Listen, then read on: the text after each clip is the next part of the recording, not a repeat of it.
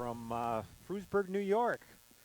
55 and cloudy at game time here. A little chilly, a little dew in the air, but nothing too heavy. So we're going to take the field here. CSP Wolfpack, after a big victory on Friday night, kind of a no-hitter. Not kind of. It was a no-hitter, a 5-pitcher no-hitter, which we kind of underplayed on the radio. Kyle and I talked about that a little bit after the game.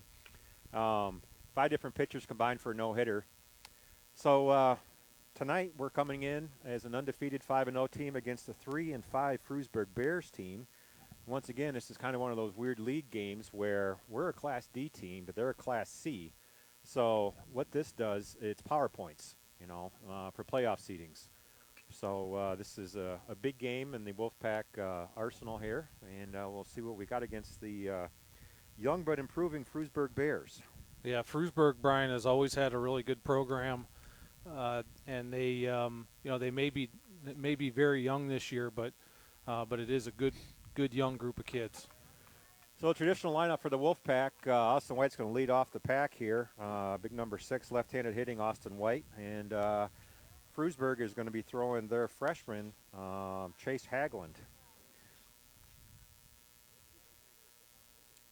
And first pitch is a called ball. Chase has been part of several travel leagues. He's been growing up playing baseball for a long time, and actually think he's been involved in some national baseball events. So very young in age, but very mature from a baseball standpoint. Austin White a little ahead of that one, follows it straight back. 1 ball and 2 strikes to Austin. Beautiful baseball facility here in Frewsburg for the locals around here. We got about an inch of rain yesterday, but the Frewsburg grounds crew's got this field looking real good. There doesn't appear to be any wet spots here, and we're kind of up on the hill, and pretty good vantage point. And for those watching at home, we're at the Robert H. Jackson Elementary School, so this is not at the typical high school where we might play football. This is at the elementary school. And to your point, Brian, they've got a nice facility around here. They got a nice softball field, tennis courts, baseball field. Austin White connects on one to left field, and it's got the left fielder turning around, but he makes a nice play on that, and he's going to retire Austin on a nice fielding play by the left fielder for Frewsburg. That's going to be Toby Gifford out there in left field. Yeah, nice contact by Austin there, and it really made the left fielder backpedal. And it was he kind of snow coned it a little bit, Brian, and had it gotten over his head, it would have been a nice hit for Austin. That's going to bring up our number 2 batter, Bryce Hinsdale. Takes the first ball outside, 1 ball, no strikes. The field umpire today is Chip Johnson. I did not happen to get eyeballs on who's behind the plate. Another one outside, 2-0 to Bryce. Coming off of a couple of really big hitting games for Bryce. So let's see if we can't get that hot bat going again.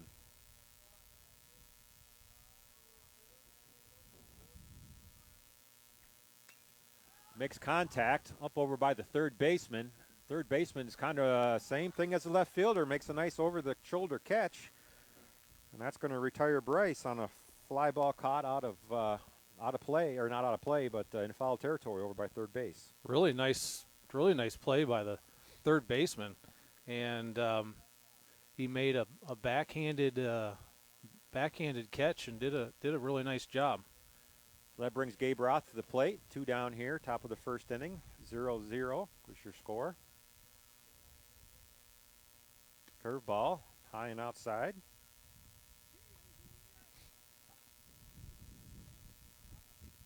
Frewsburg defense playing straight away. There is a lot of room in the outfield, Brian. Gabe kind of gets under it a little bit. The center fielder's chasing it, and the wind's got a little bit, and that's going to drop in there. It's going to give Gabe, he's rounding second. He's looking for a big one here. Okay, they overthrow the cutoff man. Gabe's into third base on a stand-up triple. Good hit by Gabe there.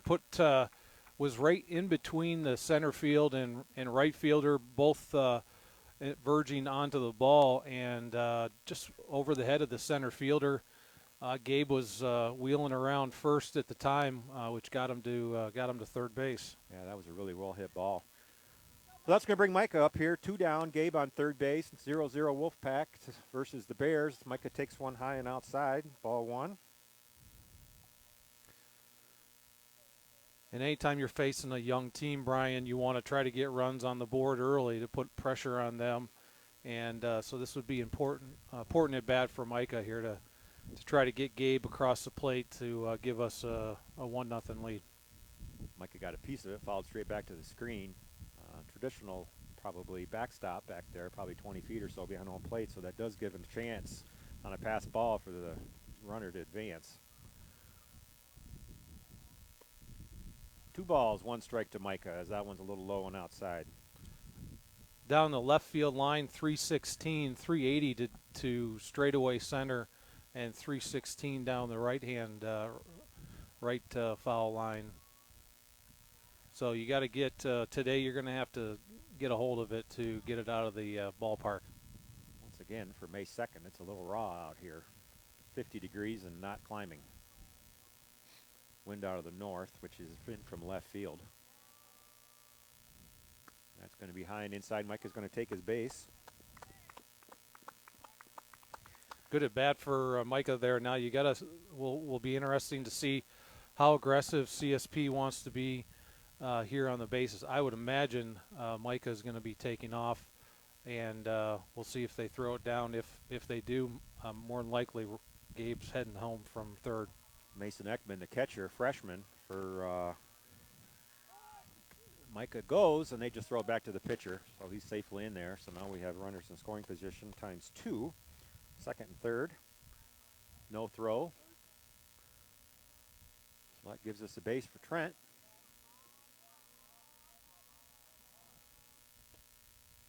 Called strike on the outside corner. 1 ball, 1 strike to Trent. Base hit here, Brian. Anything out of the infield more than likely is going to score 2 with the speed that we have at second base with Micah. That's going to be high and tight to Trent. 2 balls and 1 strike.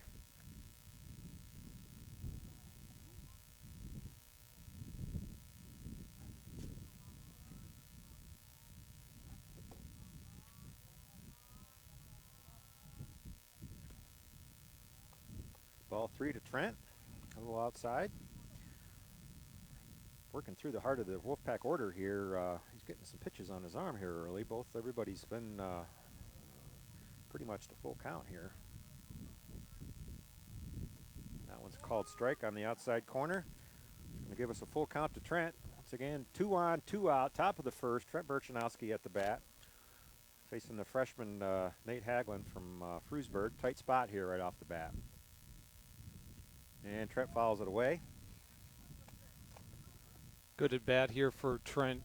Not only is he going deep in the count, but he wasted a good pitch there. Now he's sitting pretty, expecting to see a strike here.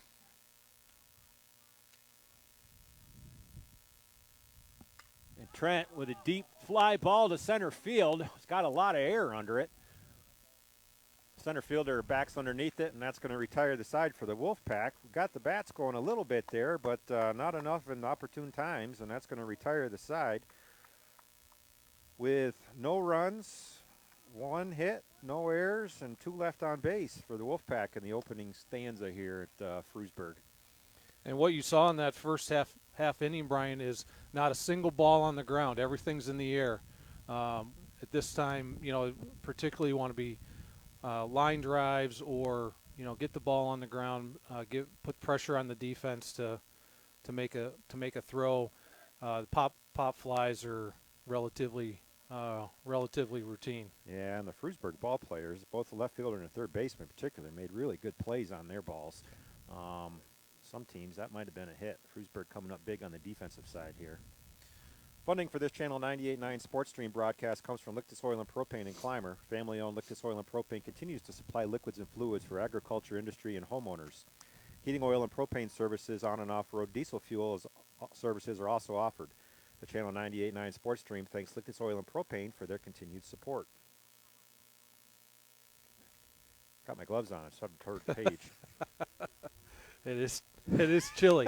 I will say, Brian, though, there's relatively no wind. Yeah. If that wind decides to pick up, we're going to have a completely different story here.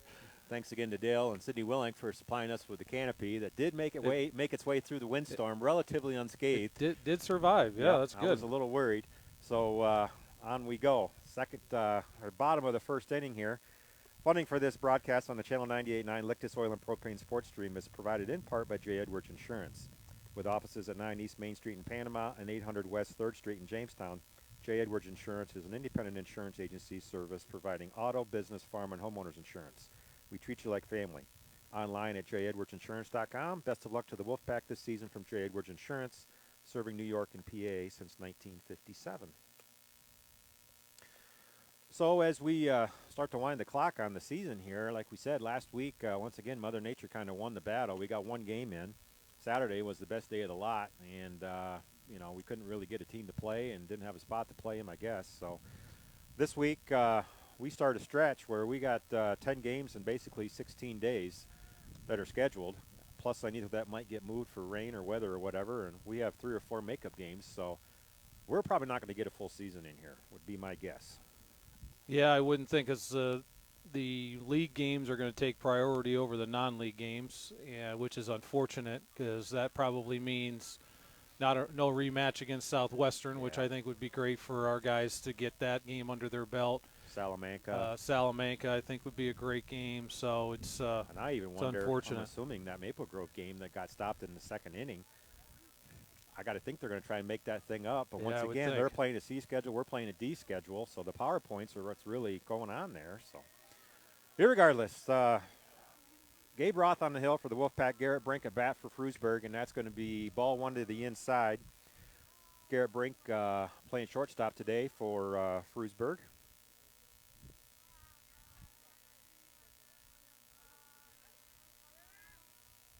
Swing and a miss, strike 1.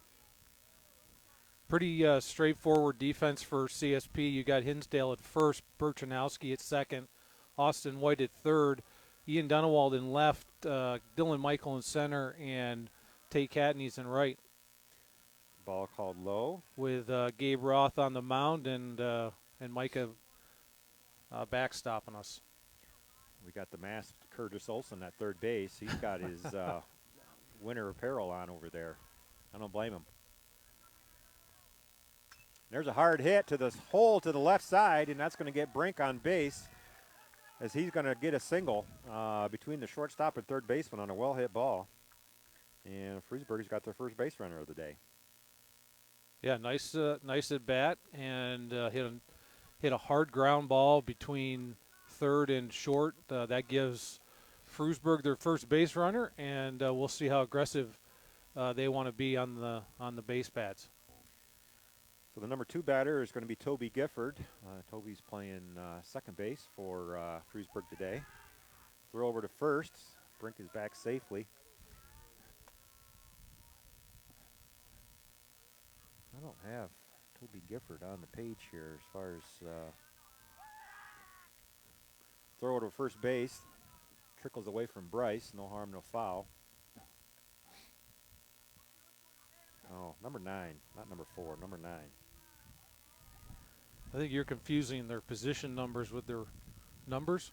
Yeah, I had number 9 written down for his number 2, not number 4. So position is 7, so he's playing left. Yep. What's going to be interesting today, Brian, with the amount of rain that we had yesterday, just kind of monitor the mound today and see. Just like that, yeah. There's one in the dirt. So you'll see if there's clumping of mud on their cleats, or just it's very important as a pitcher, that landing spot. And if the landing spot can gets muddy or gets off a little bit, it can throw a pitcher off. There's a foul ball, hit straight back.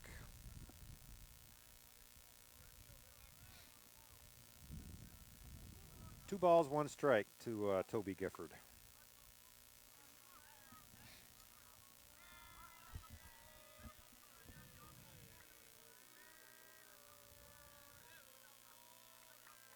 Runner goes, swing and a miss.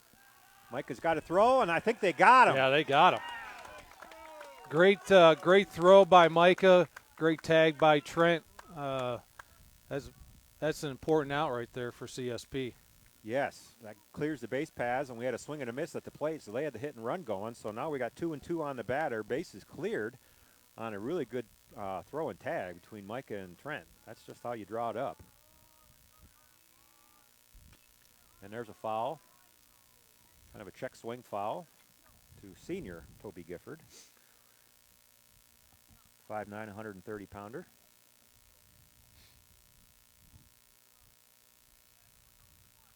Thanks again to the CSP coaching staff for getting us the lineups and the rosters for all the visiting teams. That helps tremendously. Yes, it does. Curveball just on the inside corner. That's going to give us a full count here. Once again, 0-0, bottom of the first inning. One down. Gabe Roth on the mound. Toby Gifford the bat for Frewsburg. Swing and a miss, strike 3.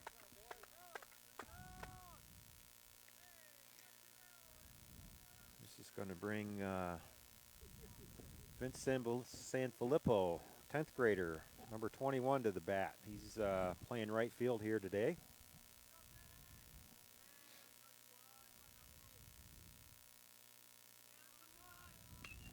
Swing and a miss, swing and a hit our way, sorry. Foul ball off the bus. That's why you parked that there. Yes, right. Blocks all the other cars. You got it. I think based on where we're parked today, Brian, I think we're going to be okay.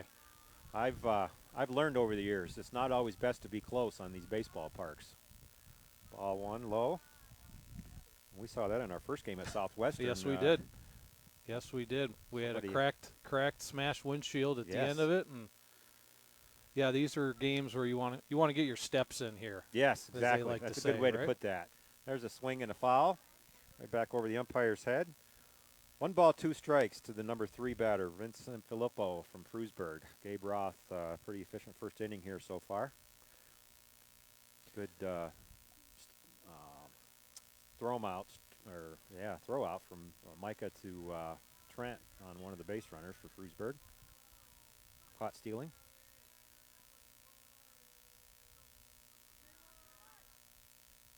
Curveball hit him. So that's going to be a hit by pitch. That's going to put the and you don't see that from Gabe very often. Gabe is very much in control of his pitches, and that the curveball got away from him a little bit, which can happen. And it didn't hit him real hard. I think it just basically, that was a pretty close play over there. Gabe tried to catch him sleeping and almost did. So this is going to be the cleanup hitter, Peyton Dustin up.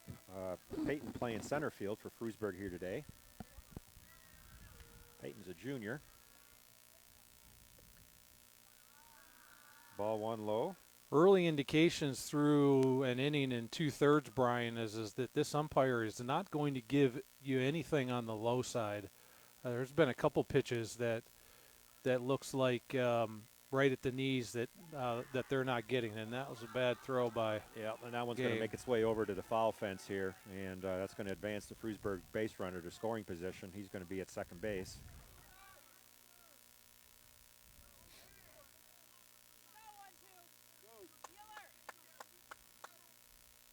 That was on the wild throw over to first by Gabe, and Bryce couldn't get together over there.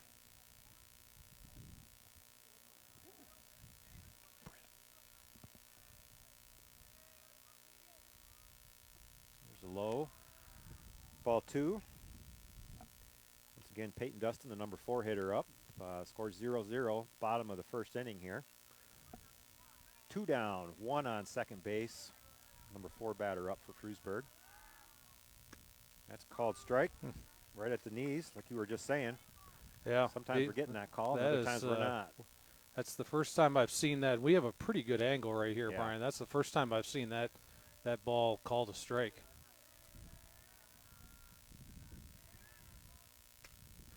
There's kind of a foul ball over toward Tate Catton. He's in right, and he's looking at the fence and pulled up. and that fence got real big in his eyes. So that's going to fall foul ball over there. Tate's got a pretty face, so we don't want him running there's into no that. sense in pretty or dirtying that thing up. No. That evens the count 2-2, 2 down, bottom of the first inning. We'll re-rack it to the number 4 hitter, Peyton Dustin from Frewsburg. Gabe Roth once again on the mound for the Wolfpack.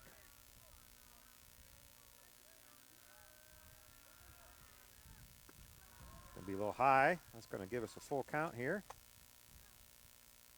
They're making Gabe work this inning, Brian, just Yep. as we were mentioning for Hagelin in the first where he was getting deep into counts. Frewsburg's doing the same thing with Gabe, which is a little unusual for him. And that's going to be a walk just on the inside corner, and they also got a stolen base. They sent the runner from second to third on that pitch. He safely advances to third, and Peyton gets himself a base on balls, and that's going to bring us to number 5 hitter, third baseman Trent Bjork. So 2 outs here, Brian, and we got a hit by a pitch and a base on ball. This is not how we would draw up the first inning for sure.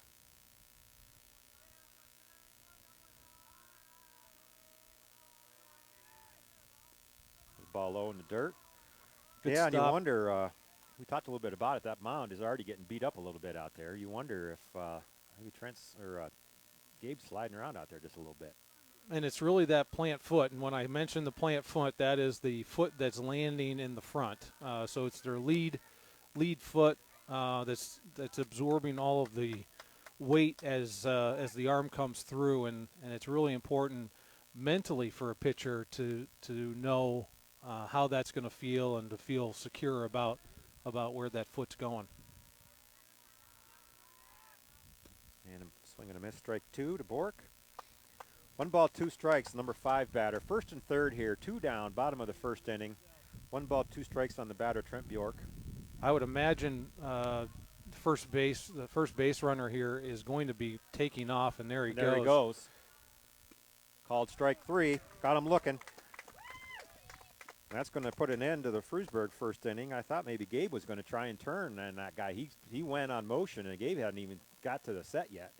But anyway, irregardless, didn't matter. Gabe struck out 2. We got the third out via a throw out of a base runner from Micah to Trent. And that puts an end to the first inning. 5 batters for CSP in the first, 5 batters for Frewsburg in the first. So we'll see.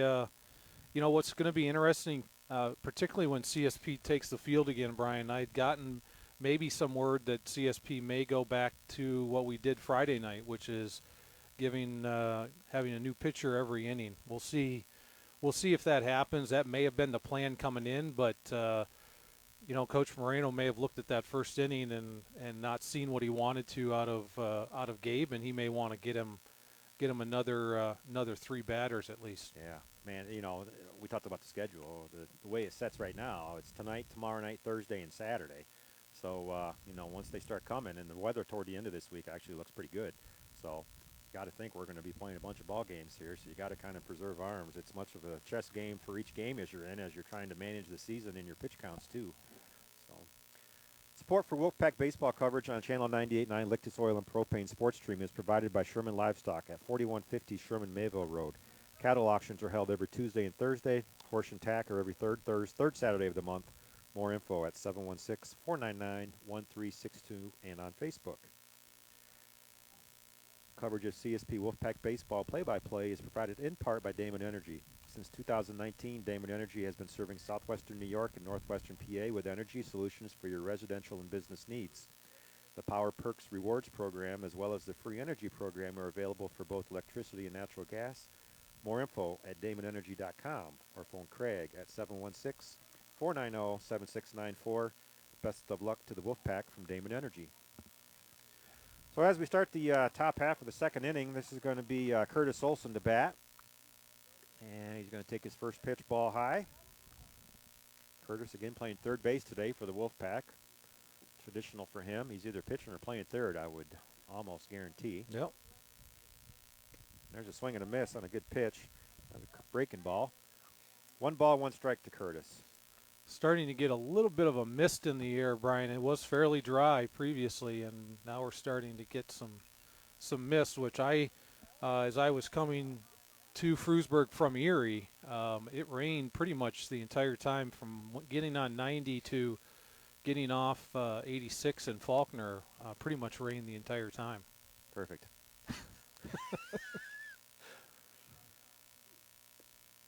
My wife says I need to be a little more positive about the weather on the radio, but I'm having a hard time. No, it's just been awful. There's no two ways around it. No, it's been a terrible it's spring. been terrible. Just ask anybody. Yep. Farmers are just really struggling. Baseball team, softball, even track.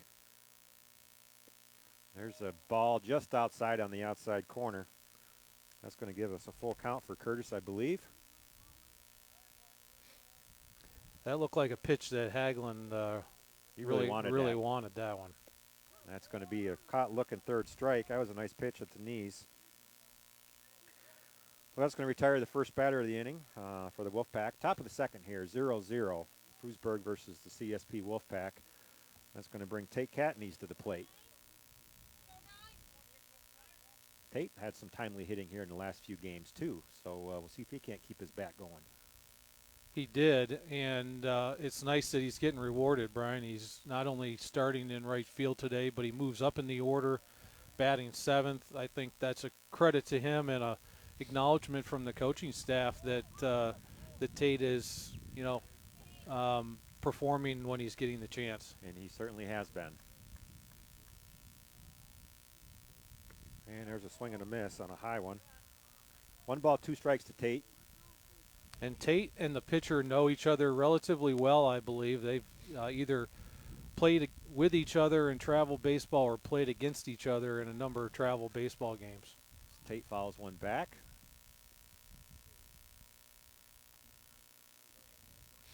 Yeah, that's the dynamic that's only been around for a few years that I've been a part of, but this travel team stuff, and that's going to be a ball on the outside. As well as the merged teams and everything else, it's not quite like how it used to be when, it was your team against everybody else and you didn't really know a lot about those kids. These kids all know each other, whether they're playing on teams together or social media or whatever it is. They're all know each other. Yep, that's right. Just a different dynamic. Doesn't change the fact they all want to beat each other's brains in when they're playing each other, though. That's true. Full count here to Tate. Second batter of the inning, 1 down here. Top of the second inning. And that's going to be ball 4. Good. That was a good plate appearance there by Tate. Yeah, and it gets us much needed base running early in with 0 or no outs. We have 1 out here in the top of the second. Now we got Tate at first base with a fair amount of speed, so we'll see if we can get him around. And quickly back to first base on the throw.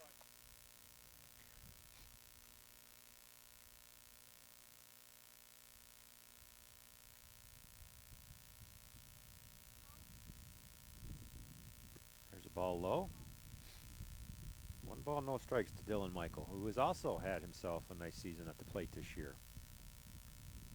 Yeah, Dylan, a junior, goes to Clymer.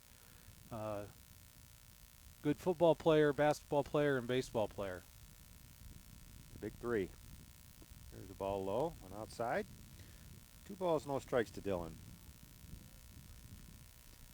It'll be interesting to see if Hagelin makes the adjustment, Brian. He is really centered around that lower half of the strike zone. He's not getting that call today, and so we'll see if he adjusts. He's going to have to come up in the strike zone, and if you're a CSP hitter, you've got to somewhat know that, and be ready for something right across the middle of the plate. Like that one. Yep. He was sitting on that one. That was a 3-0 count, so that was a take all the way. So that's going to bring the count 3-1 to Dylan. As the wind starts to pick up here a little bit, you can probably hear it in the mics. Going. That's going to be ball 4. So Tate got a little dirty pants for his mom to take care of, but he didn't really need to do that. That was a base on balls.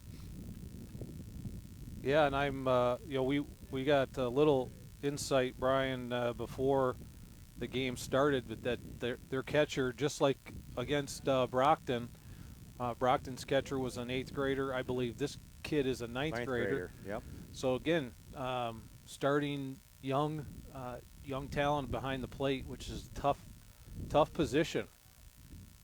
As Ian Dunawald tries to get the bunt down and actually gets a pop fly back over the back of the backstop.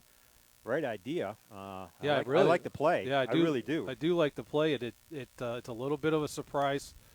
The first baseman is playing in on the grass, but the third baseman is not. Bigger third baseman, and the what the bunt would have done, Brian, is it would have advanced to second, got the runners to second and third with 2 outs, with top of our lineup coming up. Yep. So now down 0-2, you got to think he's going to be swinging, and he's going to take a ball. 1 ball, 2 strikes to Ian Dunawald. He did well to lay that pitch off. I might have been swinging at that one. Yeah, I'm telling you, if I'm on that mound, this angle that we've got, Brian, is pretty good. And for those watching, yep, there it is. Yeah. Same pitch. Didn't get the call the first time, but the second time he did. So that's going to retire Ian Dunawald. That's going to bring us back to the top of the order. Austin White makes his way out. 2 on, 2 down here. Top of the second. 0-0. CSP versus Frewsburg.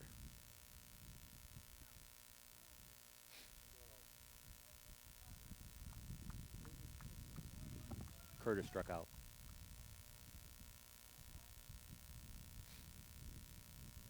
And he looks to throw to second to keep everybody honest, everybody back safely. I like those ones. Sometimes those end up in center field. So.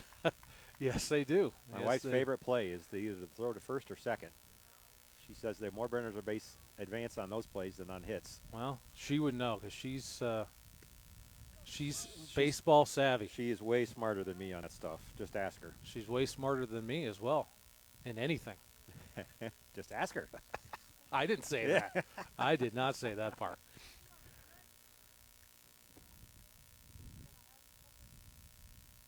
Expecting my phone to blow up here. There's a deep hit to center field. The center fielder's on his horse, and it falls behind him. And that's going to have Austin White into second base, and that's going to be everybody's going to score. So that's going to bring 2 runs across the plate on a well-hit ball from Austin White.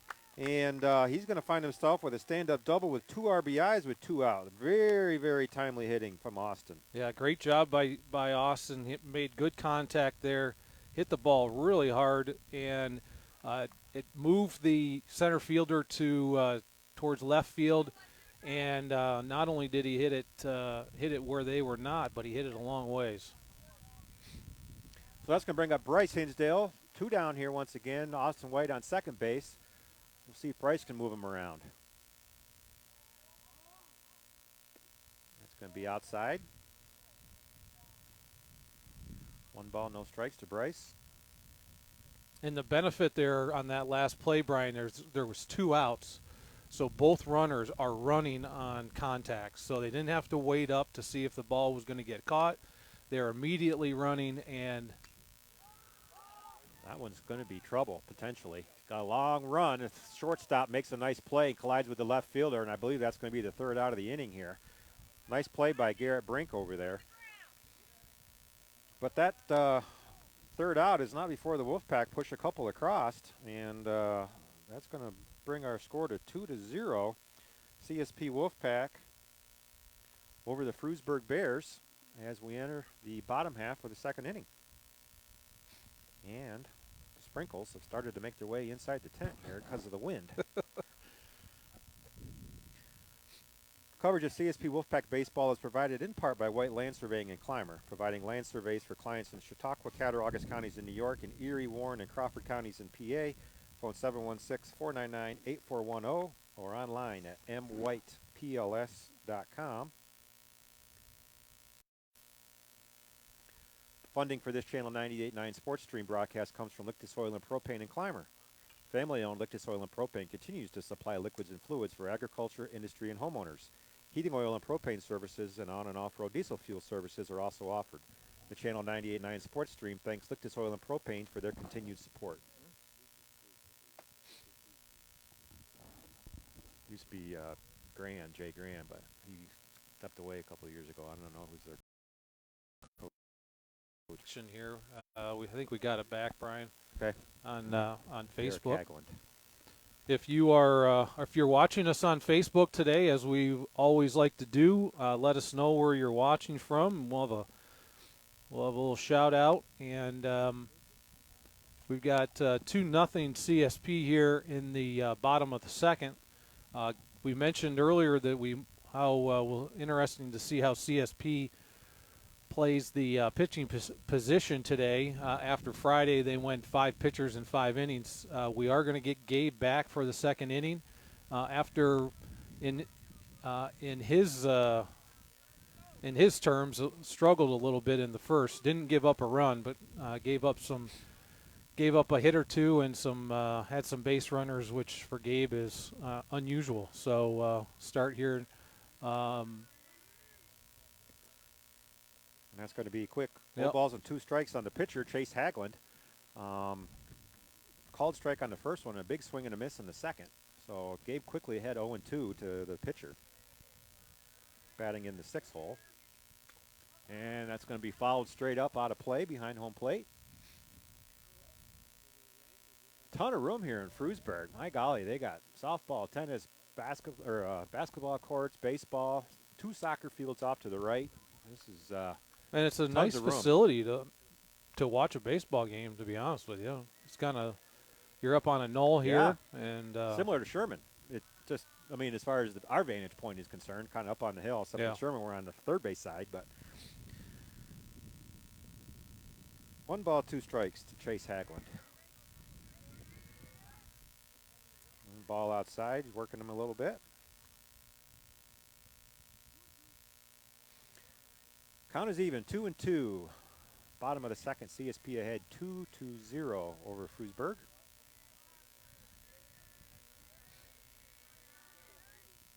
And foul ball. That one got up underneath Micah's shins a little bit. Yeah, that one might, that one hurt a little bit. That one, he's a little tender coming up. Yeah. I'll have to hear about that one tonight, I'm sure. Life of a catcher. Yeah. I asked him about that the other night. I says, so, got all these marks and bruises. You want to play anywhere else? Nope. It is fun. There's a deep hit to center field. Dylan Michael on his horse, and that's going to fall between Tate and Dylan, and that's going to be a stand-up double for the pitcher, Chase Hagland. Nice bit of hitting to the opposite field. Yeah, it was a nice at bat for Chase. He went deep in the count and picked out one that he liked and drove it to right center. This is going to bring up Jonah San Angelo, playing second base here today for Frewsburg. Ball low.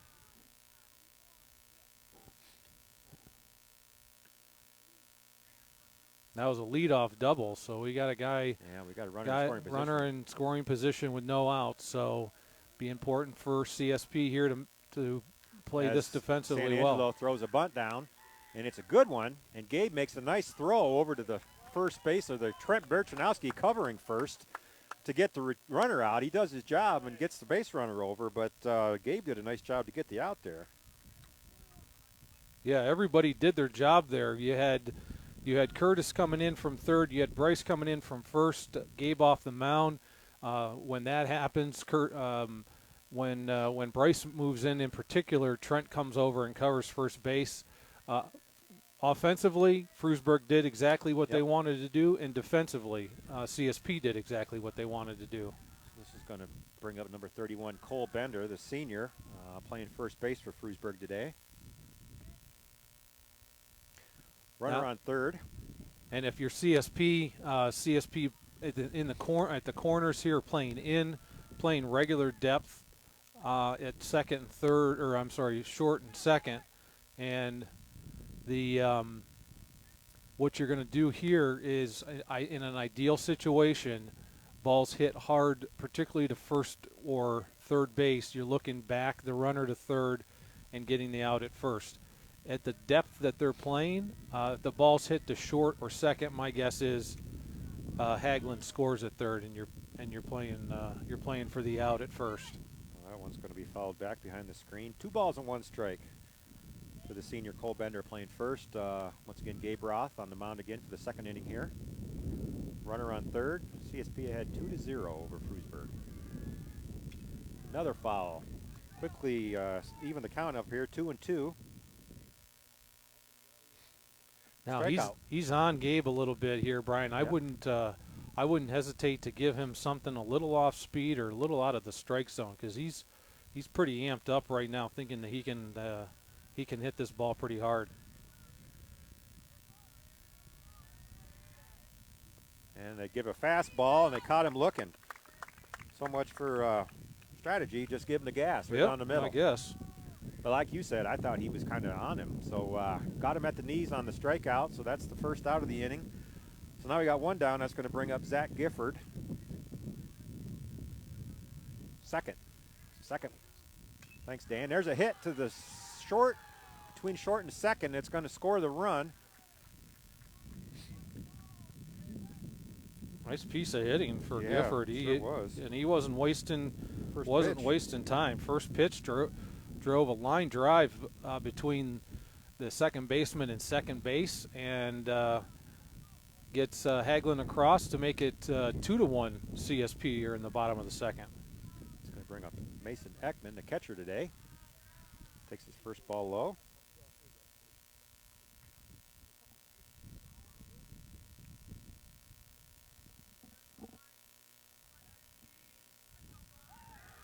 Oh, almost got him leaning. Gabe with a good look over to Bryce, and had that ball been a little bit more toward the second base side of the plate, I think we might have had him. Brian, I think this is Garrett Brink. You have Gifford DHing.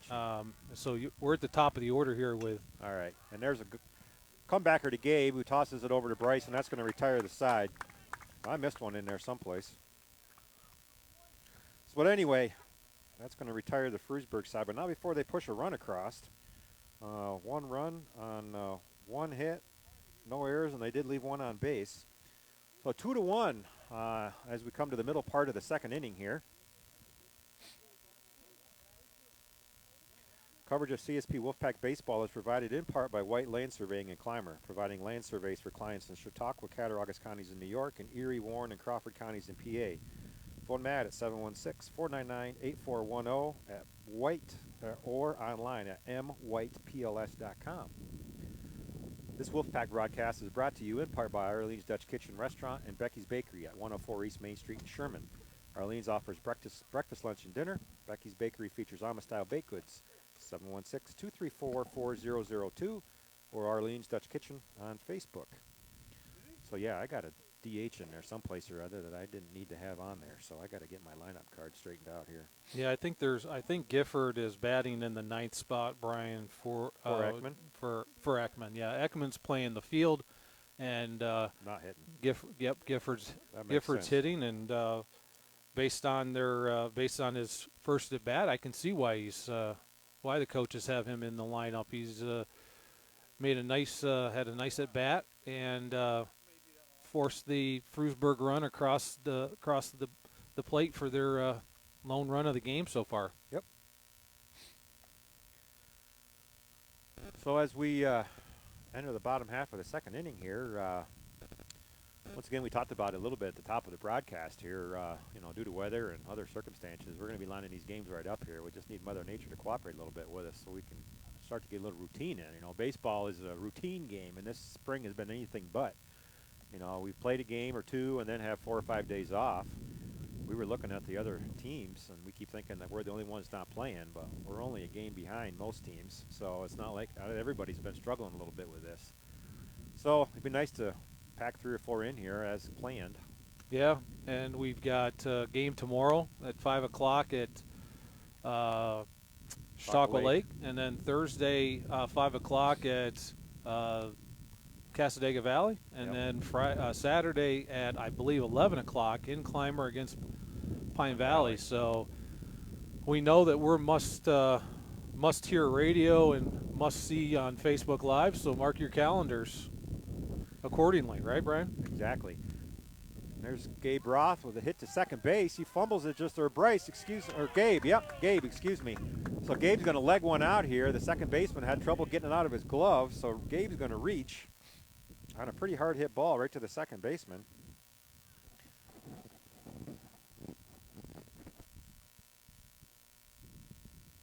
Thanks, Cindy. That's going to bring up Micah. And once again, bottom half of the second inning, 2-1 CSP over Frewsburg. Now we got a runner on base. And there goes Gabe on the straight steal. And they got him.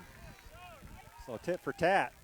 You don't throw Gabe Roth out very often. So the freshman behind the plate's got a gun.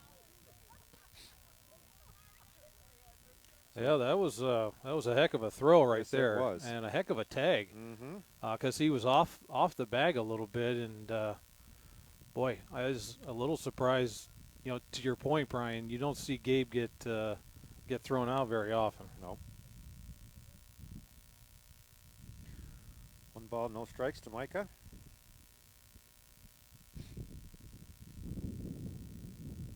And he pops one back, foul, out of play. Behind the home plate. In the first inning, Micah reached on a walk and stole a base. So see if we can get him on the base pads again.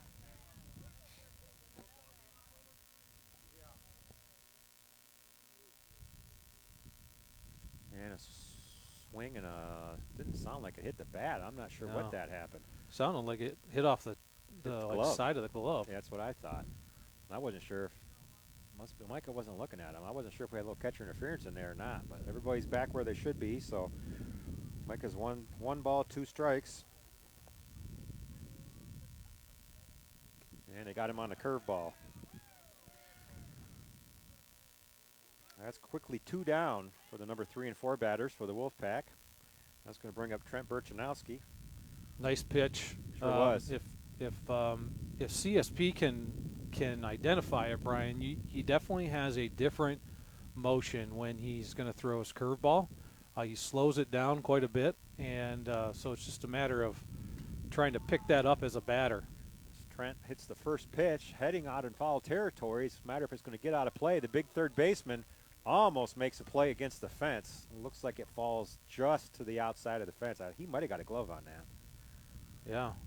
He's a big kid. He is a big kid, and I could probably make the argument, Brian, that might have been an easier play than the play he made in the first inning. Absolutely. To be honest with you, but Trent stays alive here with 2 outs in the top of the third. Yeah, that's going to be a ball outside. 1 ball, 1 strike to Trent.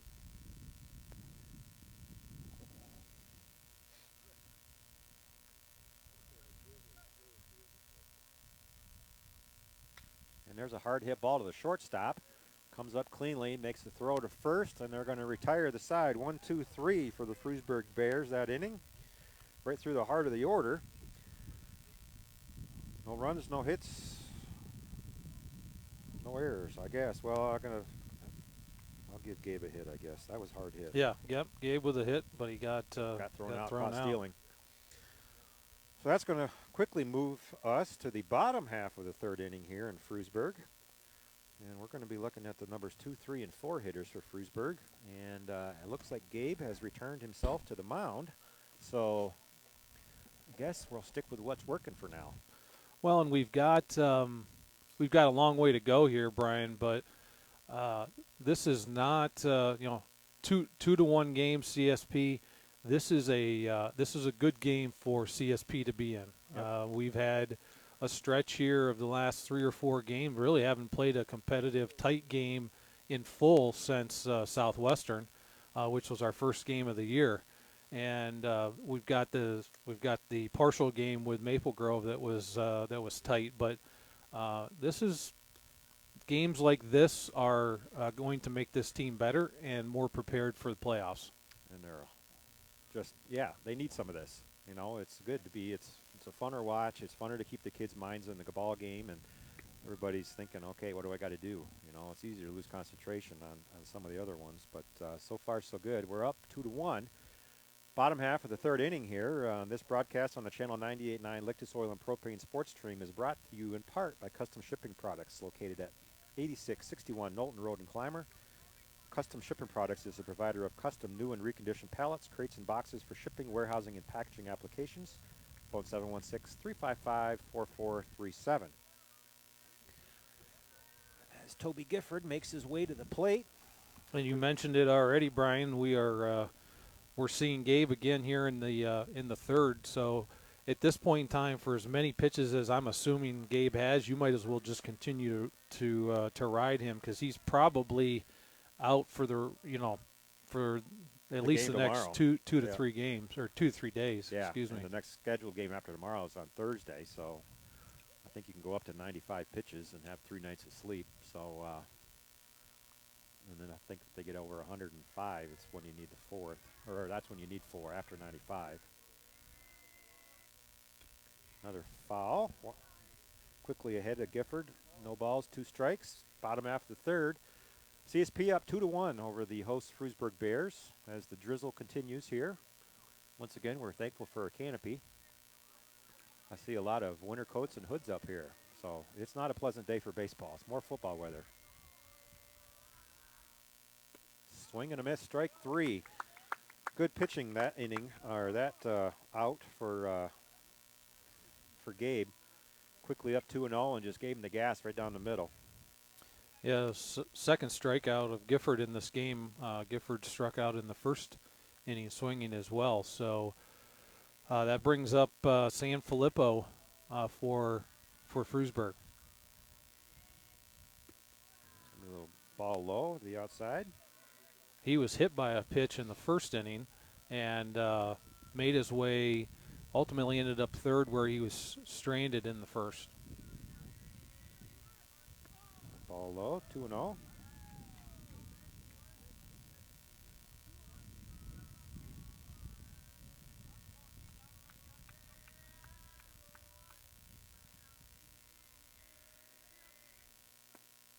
There's ball 3. He's consistent with that call, Brian. He is just not giving either one of the pitchers that knee high or maybe slightly below knee high. He's not giving them that call. Yeah, and Gabe keeps giving it to him right there, and he's not getting any of them. But that's a number 3 batter, so you got to think Gabe maybe knew a little something about him. Didn't want to give him anything that potentially could be multiple bases. So base on balls on 4 could be called strikes, but ultimately were balls. As a throw over to first base.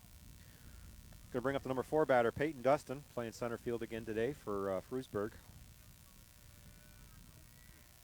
Vincent Belifo at first, and they almost got him that time. He was leaning. That was a good throw over there by Gabe, and Bryce quickly applied the tag. He was close. That was close. Yeah, that one was pretty close, and for those watching on Facebook Live, you would have seen that on your video at home. Called strike.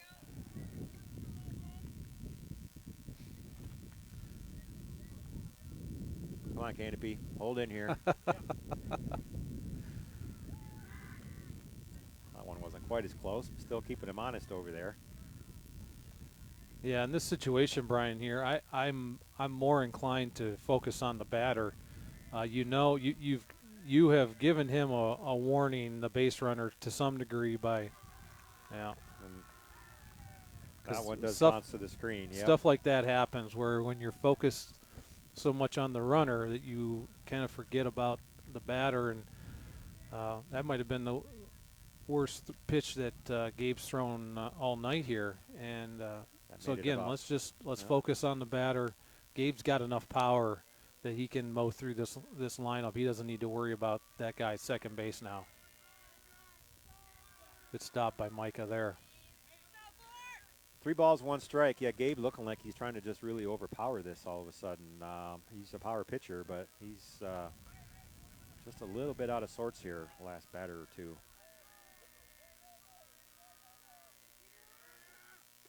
There's a foul tip into Micah's glove. That's going to bring the count to full on the cleanup batter.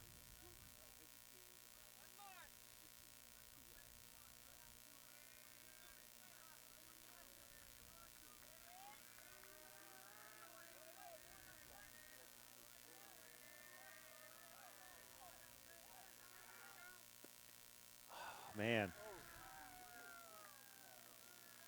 Wasn't that full? Must be it was 2-2. I think it's full now, Brian. Now we're full.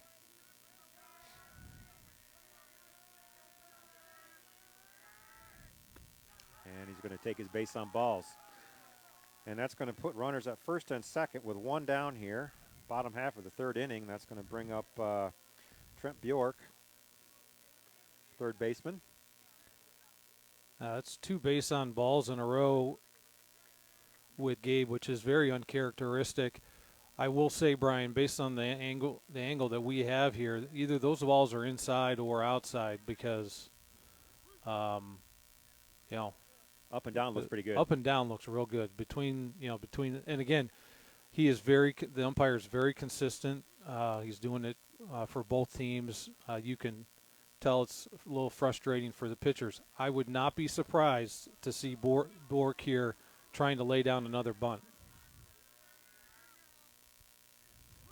That one did get the low call. No balls, 2 strikes to the number 5 hitter Bjork, playing his third base position today for Frewsburg. 2 on, 1 down. CSP up 2-1 against Frewsburg. That one must have been a little inside. I don't know if you can see on the screen, but if there's a time for Gabe to focus on the base runners, this first base runner is really off the bag. There's a swing and a miss. Strike 3, and that's going to retire Trent Bjork. And that's going to bring up the pitcher Chase Hagland, who came up with a big double in the second inning. And he's in a big spot here. He can help himself out. 2 down, 2 on. Chase Hagland at the bat, pitcher from Frewsburg. Called strike 1. It changes things a little bit now. With 2 outs, now you just want to focus on the batter. Don't worry about those base runners. 2 outs, anything, ground ball, pop up. Ground ball's going, at this point in time, the easiest base. And that was a high one that he took a swing at, fouled it straight back again. Now he's quickly ahead 0-2 to Chase Hagland. Now, if you're Gabe at an 0-2 count with 2 outs, ideally there's nothing that's getting into the strike zone here. You wanna make him chase something. I'd even throw him 2 balls here if you could, right back to back. And that one was close. And I think that one must have been a little inside. I thought he was going to throw in the breaking ball. That looked like the gas to me. And I may go right back there, Brian. Yep. Which he did. Same call though. He is consistent back there, but it's a pretty smaller strike zone today than we've seen through the course of this year so far. Now a different mindset for Gabe. Now you got 2-2. That's not a problem, but now you gotta come to him a little bit.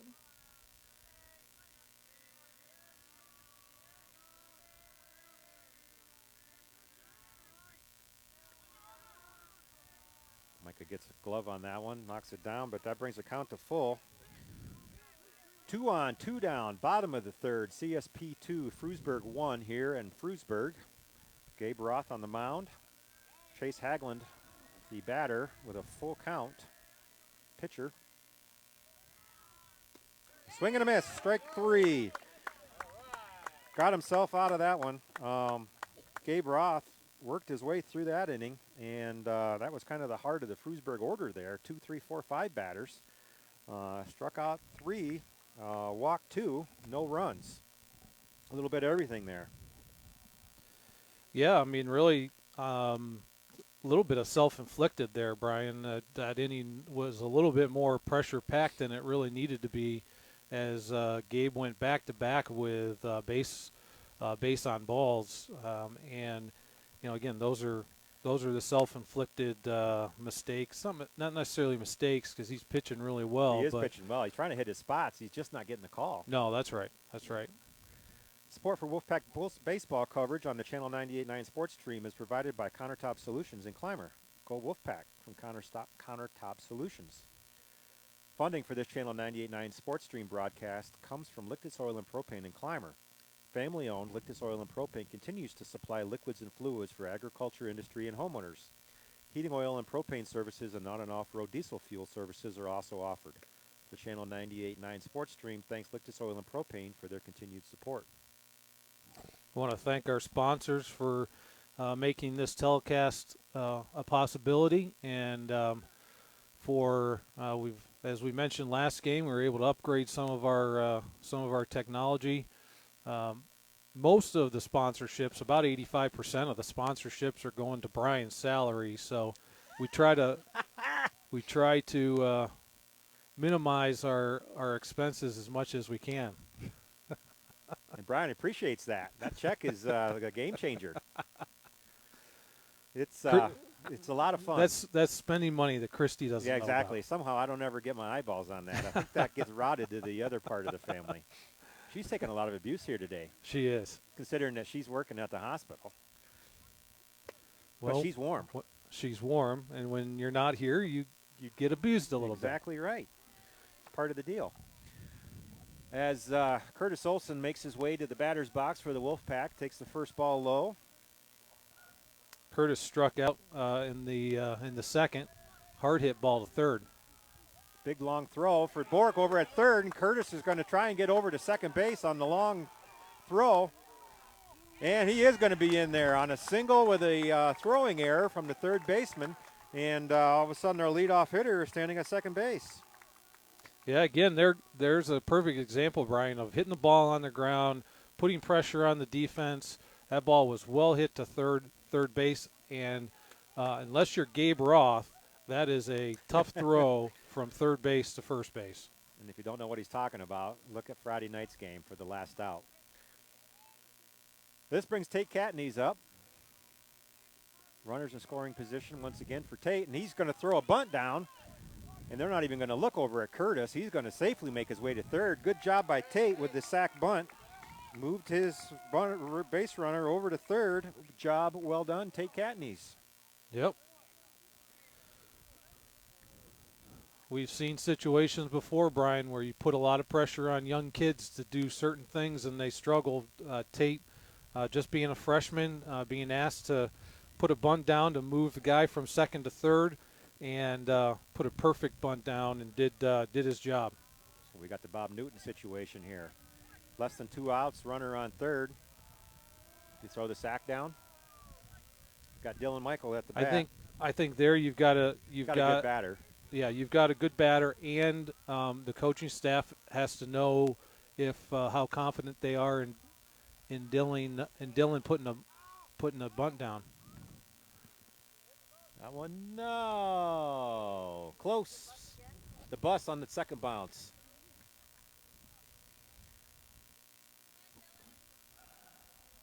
It's going to be one strike to Dylan Michael at the plate.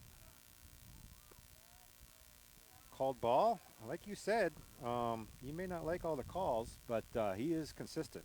Both teams. The corners are tough today. Boy, as was that one. That ball has got to be outside, Brian. There's just no other place for it. I'll be interested to talk to Micah. And that one's a called strike.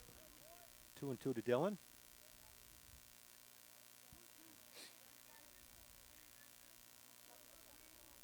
It's been 2-1, top half of the fourth, excuse me, and Dylan fouls one off.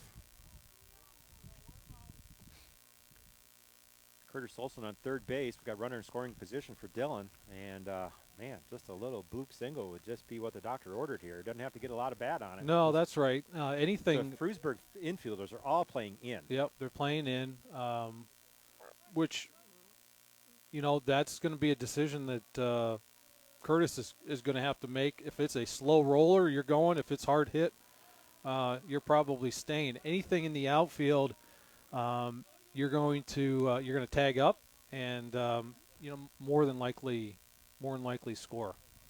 So full count here to Dylan. Worked himself to full here. And another foul off, staying alive. This is a good at bat for Dylan. This is a really good at bat. Yep. He's making them work. He's fighting off pitches.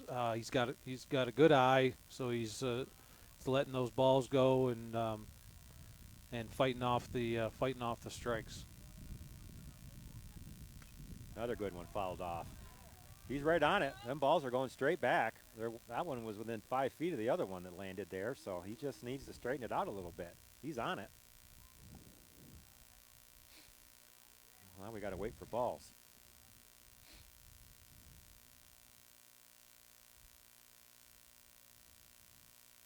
It's fun to watch at bats like this, Brian. You got a pitcher that's trying to throw a strike. You got a batter that's simply just trying to get a base hit to help his team score a run, and they're just kind of battling each other. It's fun to watch.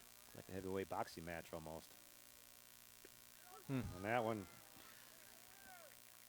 got Dylan looking on the third strike there, but not before. That was a really good at bat. That was probably close to 10 pitches, and Dylan fouled a bunch of them off. But ultimately, that's going to be the second out of the inning. So that's going to bring up Ian Dunewald, and 2 down here. And a good stop by the catcher there.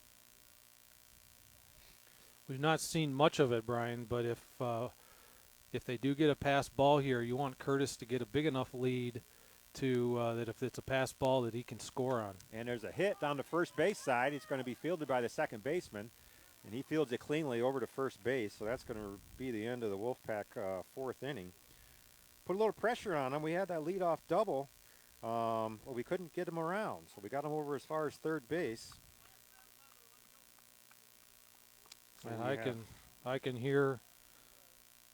hear Bob Newton, Brian, saying should have laid that bunt down. Should have laid the bunt down. We should have had Dylan bunting that thing. Should have laid the bunt down. I don't know. Yeah, there's Bob. He's out there. I saw some smoke coming out of his ears. In prior years, that would not have been even a decision that had to be discussed. So, but on we go. As the rain continues to kind of be a pest. Luckily for this canopy, it's not bothering us a whole lot.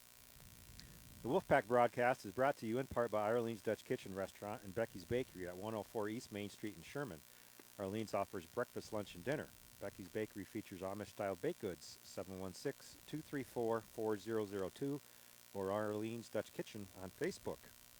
Support for coverage of CSP Baseball on the Channel 98.9 Lictus Oil and Propane sports stream is provided by Triple E Manufacturing in Sherman. Triple E offers equine products, promotional items, embroidery, and printing services. 1-800-295-4282 or online at tripleemfg.com. Bottom of the 4th here, and CSP comes out defensively in the same lineup, which means Gabe takes the hill again here in the 4th, and he will face the 7, 8, 9 hitters from Frewsburg. Yeah, and we've discussed, you look for him to be efficient in the bottom third of the order here, and we'll just kind of see how things are going. CSP hanging on to the razor-thin 2-1 margin. Really been a pretty well-played game. There's been some great plays by both teams. Some caught stealings from both teams, some nice plays in the field. Been a little bit of a pitcher's duel. The umpires haven't had anything really, other than a few calls at the plate for balls and strikes, but, they're the same for both teams. So, pretty good game here. So this is going to bring the number 7 hitter, Jonas San Angelo, to the plate. Had a sac bunt in that first inning. Excuse me, the second inning. Called strike.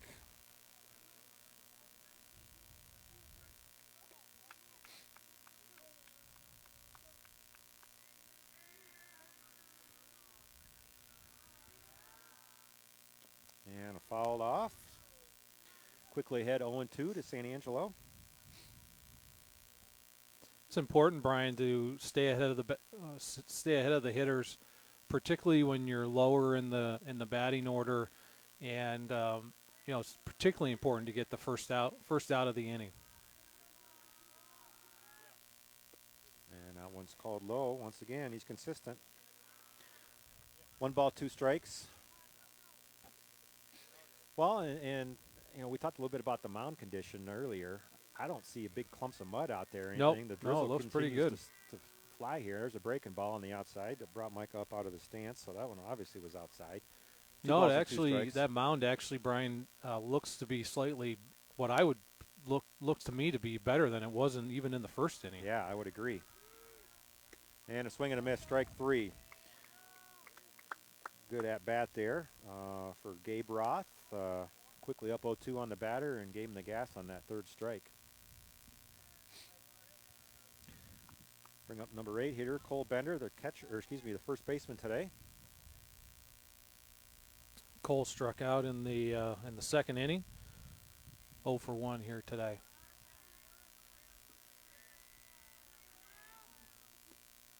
There's that low ball. I'm not even surprised anymore, Brian. When consistent. No, it's the same for both, and anything knee high is not going to get called a strike. We have not seen, that's followed straight back, a lot of the high balls to know if that strike zone is how big it is, because we haven't really had any across the letters of the chest, so to speak. Gabe likes to work lower in the strike zone, which you would expect from your power pitch. You don't want him just teeing off on the stuff. That's called strike 2. 1 ball, 2 strikes. No, the Major League umpires are having themselves quite a circus here recently with some of the stuff they're trying to defend. Yeah. Well, they're getting a real there's a real movement, Brian, to get into the world of technology that we live in today. It's you could almost have balls and strikes being called by the computer. I mean, even on telecasts that you watch on ESPN or any of the Major League Baseball network, they've got a box there and to tell whether it's a ball or strike. What people forget is that box needs to be 3 dimensions. It's where it goes over the white on any part of it. It's cylindrical. And there's a swing and a miss, strike 3. I happened to be watching the game the other night that they were all over Angel Hernandez, and in fact, what's his name from Philadelphia got thrown out. Yeah, of the he game. got thrown out. Yeah, he got pretty upset. Yeah. Well, then Joe West came to his defense the next day and was saying, hey, on our pitch stuff that we used to grade umps, he was 96% that game.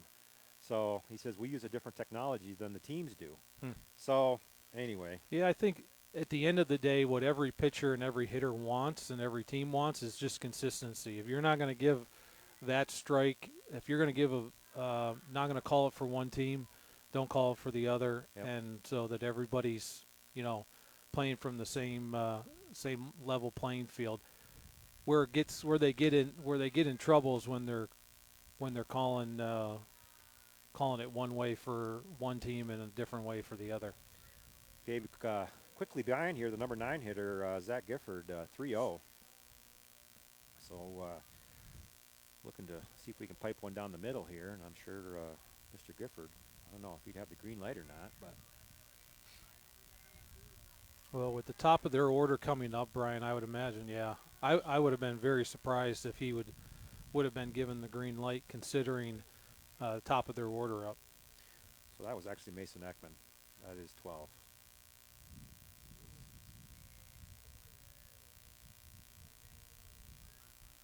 Sorry, Mrs. Ekman, I didn't get your kid in the game. This is going to be the top again. Garrett Brink up, follows one back over behind the first base line here. Garrett 0 for 2, 1 for 2, and was thrown out, caught stealing in the bottom of the first.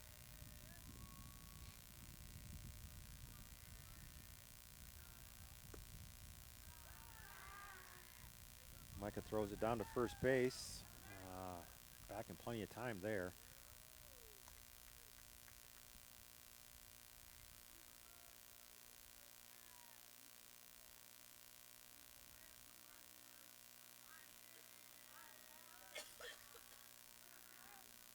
And there's a hard hit ball straight away to center. 2 hands on that one. just like the coach ordered it, and Dylan Michael gets his big glove around that and retires the side on a pretty well hit ball. Yep. But that's going to do it for the Frewsburg bottom half of the fourth, and the score is going to remain CSP 2, Frewsburg 1 through 4 on a really pretty good game here. Yeah, really good game, and as we look at the top of the fifth for CSP, we come with our the top of our order. So you've got Austin White, Bryce Hinsdale, and Gabe Roth 1, 2, 3. And if we're going to expand this lead, this is probably the inning that we're going to do that in. Pretty good time to do it. Yep. Funding for this Channel 98.9 Sports Stream broadcast comes from Lictus Oil and Propane in Clymer. Family-owned Lictus Oil and Propane continues to supply liquids and fluids for agriculture, industry, and homeowners. Heating oil and propane services and on- and off-road diesel fuel services are also offered.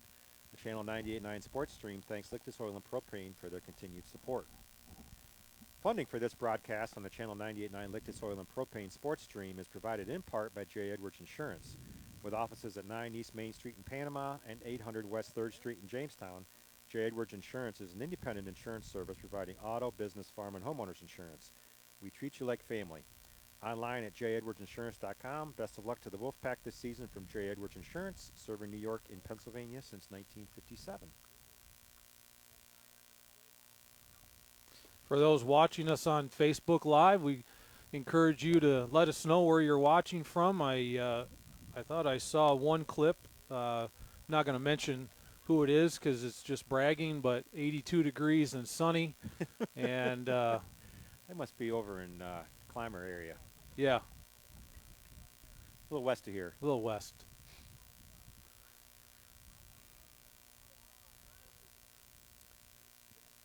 So as we make our way toward the fifth inning here, Austin White brings the CSP Wolfpack to the plate, and left hitting Austin. He flew out in the first inning and had a double in the second, so we'll see what we can do in the fifth. He pops it up, and that's going to be between the catcher and the first baseman. Had a little disagreement on the signals there, and the ball almost fell fair, to be honest with you. Yeah, and if I'm Frewsburg, first of all, we caught a little break there. Austin catches a break. If you're the Frewsburg coaching staff, my guess is you'd like to see Hagelin come off the mound there. It's in front of him. It's an easy catch for him. That's a very difficult play for the catcher looking straight up. Strike two, and I know they don't like the pitchers to be playing the field as much as they do, at least at the upper levels and the majors and stuff, but in high school, oftentimes that's your best athlete. Yeah, that's right. And it's to be very honest with you, Brian, it's a very easy play for the. Yep. And that one is hit foul back ball. Hit off of Austin's leg, foul ball. And actually, maybe a little unlucky because the fielder, Hagelin, who we were just talking about, had that one hop over his glove, and Austin likely might have legged that one out. But it did go off his leg first, so count remains 0-2. But you're right, yeah, anything from the pitching mound forward is generally should probably be the pitcher that catches that. Mm-hmm. So we re-rack it here. Austin White behind, no balls, 2 strikes. Top of the fifth. And a breaking ball that he goes the other way with, puts it in the gap between the center and the left fielder, and he's in with a stand-up single, and they overthrow their cutoff man once again, but Austin still remains at first base with another dandy piece of hitting. Yeah, good piece of hitting there. Ball was outside. Austin, as a left-handed hitter, simply put bat on the ball, drove it the other way, went with the outside pitch, and gets us a leadoff runner here to start the inning. That's going to bring up another left-handed batter, Bryce Hinsdale, number 2 batter of the inning. And that's going to be ball high and outside to Bryce. Pitcher's quickly calling for a different ball. I don't blame him. Got to blame something. First 2 at bats for Bryce, very tentative up there, simply trying to put the bat on the ball, really looking for him to swing away and try to make good contact here. pull one down the first baseline would be ideal at this point. Get Austin over to third base. And they are keeping an eye on Austin. He throws over to first once again.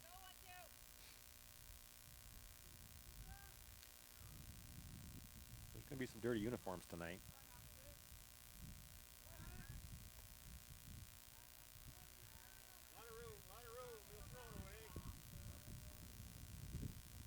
No different than when Gabe was pitching.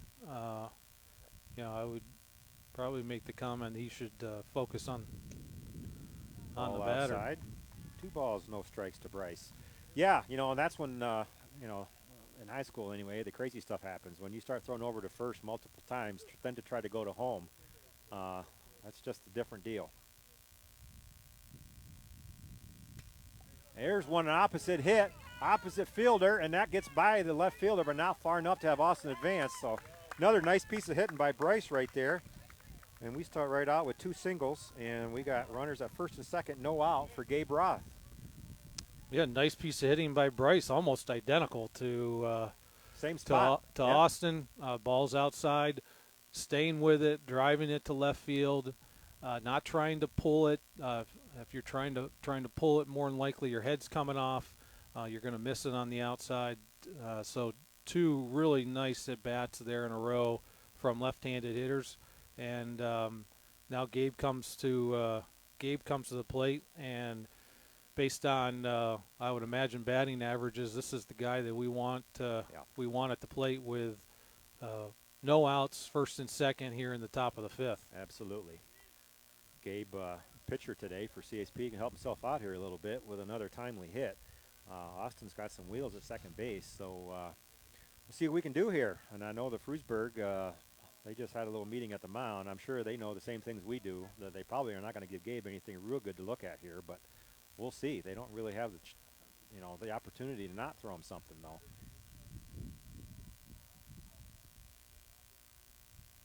If you're Gabe, you want something hard hit. You don't want, ideally, no pop-up here, because that, at the very least, if we're going to have an out, we want to advance the runners. Yep. Worst case scenario here, we get an out and we still have guys at first and second. First pitch outside to Gabe. 1 ball, no strikes. Ball low, 2-0. Once again, 2-1 CSP over Frewsburg. Top half of the 5th inning here. No outs, runners on first and second. Gabe Roth at the plate. Quickly ahead, 2-0.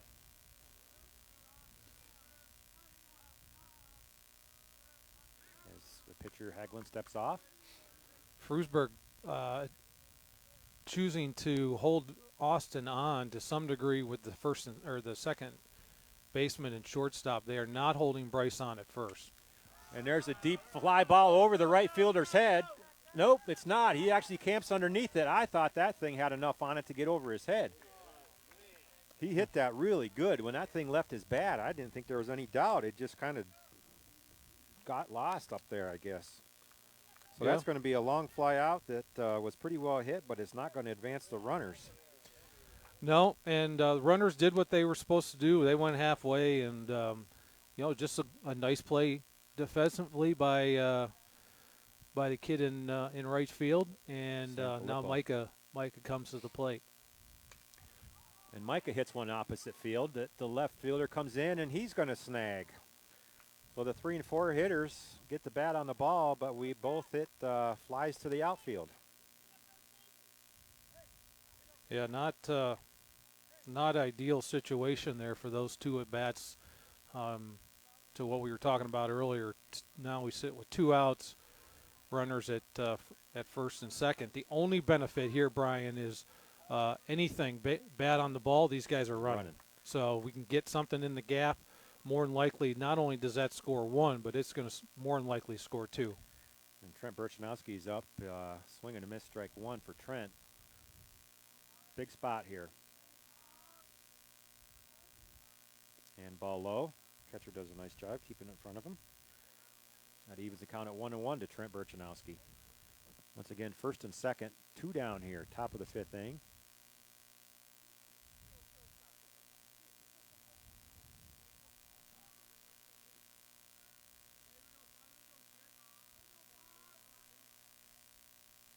Breaking ball, misses outside.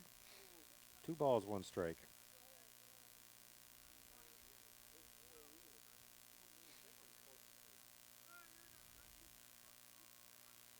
Again, holding Austin on at second, and nothing with Bryce. And they fake the throw to second, no play. Yeah, I got both middle infielders pinching Austin there pretty tight.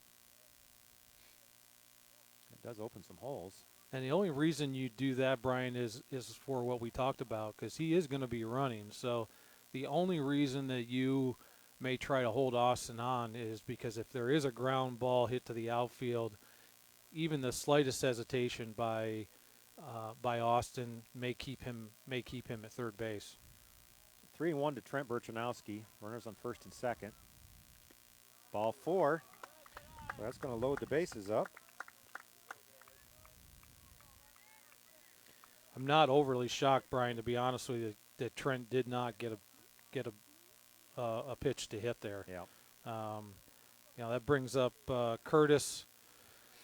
Curtis with a strikeout in the second inning and a single in the first, or in the fourth. And a swing and a miss, strike 1. That's all we need is a single. He ended up on second because it was a single with an error. That would likely score 3 in this situation. Just need a little hit. Runners are going on contact here, so. And there's one to the outfield, but it's got a lot of height underneath it. And the left fielder plants underneath it, and that is going to retire the side for the Wolfpack. With no damage, bases loaded, we leave 3. 2 singles, but no runs. Good job by Hagelin and the rest of the Frewsburg Bears there to get out of that inning. We started that inning with first and second with no outs, and they got our third and our fourth batters, in the order out, and we were not able to get any runs across the plate. So big inning there for Frewsburg. We'll see if that momentum carries them into the bottom half of the 5th. Important here for Gabe to get out in front of these in front of the hitters. Gabe's going to face 2, 3, 4 in the Frewsburg lineup as we lead off the bottom of the 5th. And coverage of CSP Wolfpack Baseball play-by-play is provided in part by Damon Energy. Since 2019, Damon Energy has been serving southwestern New York and northwestern PA with energy solutions for your residential and business needs. The Power Perks Rewards program as well as the Free Energy program are available for both electricity and natural gas.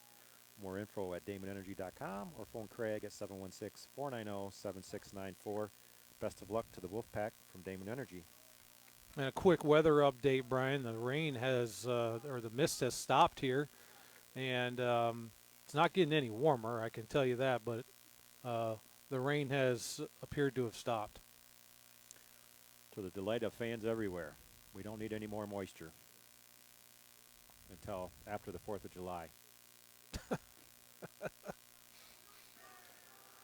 No changes. Yeah, no changes in the outfield for CSP. So we stick with our starting lineup. That includes Gabe on the hill with Micah behind the plate.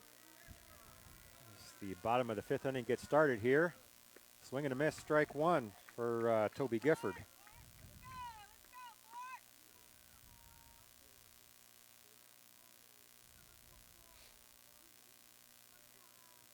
Gifford 0 for 2 for the day, struck out in the first, and struck out in the third.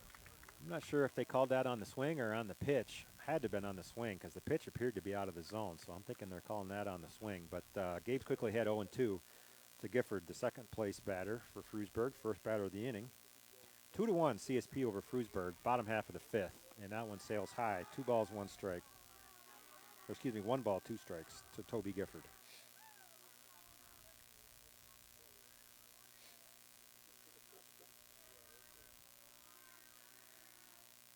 And a swing and a miss, strike 3.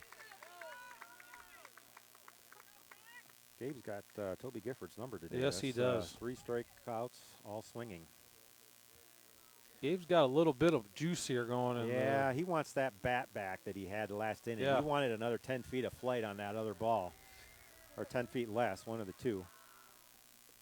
Strike one called on the inside corner. Strike one to Vincent Sanfilippo. That right fielder we were just talking about that made the nice catch on Gabe's ball.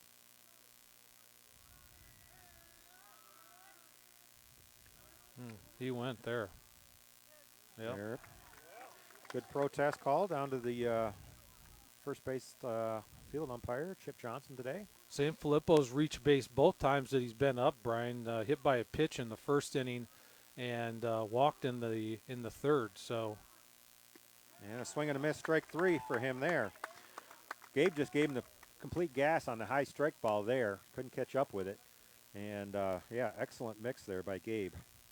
So quickly 2 down here in the bottom half of the 5th. That's going to bring up the cleanup hitter, Peyton Dustin, for Frewsburg. I think you're right, Brian. I think we got a bit of a situation here that they want to at least talk about. Yeah, I'm not sure what's going on here.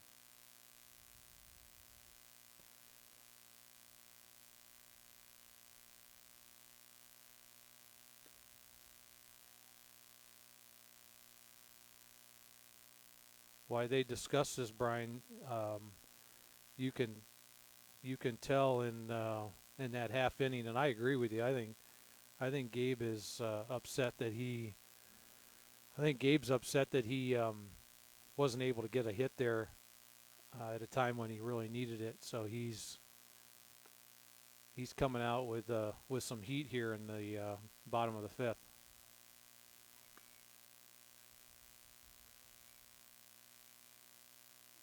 I'm not sure what the discussion is here. We got both coaches out on the field, both umpires just standing in front of the first baseline.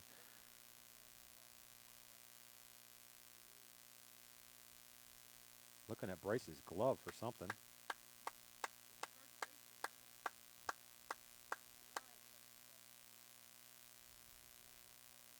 I don't know. That's weird. I've never seen that before. I've never seen him question a first I can baseman's tell you, glove. Brian, it is a good thing that I'm on the radio. It is a real good thing that I'm on the radio because I've got a lot to say right now that's highly inappropriate for the radio. I've never seen that.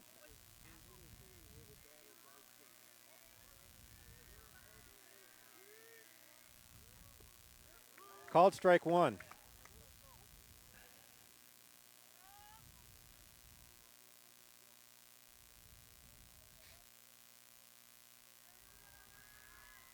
And swing and a miss, strike two. Quickly ahead, 0-2 to the cleanup hitter.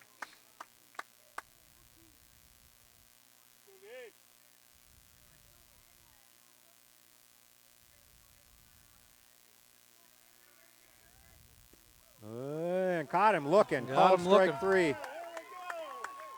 Three up, 3 down for the 2-3-4 batters of the Frewsburg Bears. Yeah, and I think their coaching staff added a little bit of a fire under CSP. Sure. What we're believed to be the case is that Frewsburg was challenging for whatever reason in the 4th inning or the 5th inning the size of Bryce's glove at first base.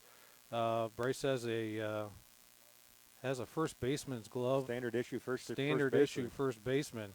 They wanted to take a look at it, and he didn't look very long, I can tell you. Well, he didn't look very long, and it's also the top of the 6th inning, which seems like an odd time to have that, to bring that up, but especially since there wasn't really a play at first. I have no idea. 3 strikeouts in that inning. Funding for this Channel 98.9 Sports Stream broadcast comes from Lictus Oil and Propane in Clymer. Family-owned Lictus Oil and Propane continues to supply liquids and fluids for agriculture, industry, and homeowners. Heating oil and propane services and on- and off-road diesel fuel services are also offered. The Channel 98.9 Sports Stream thanks Lictus Oil and Propane for their continued support. So as Frewsburg gathers themselves for the top half of the 6th inning here, we're going to bring Tate Catneys to the plate for the Wolfpack.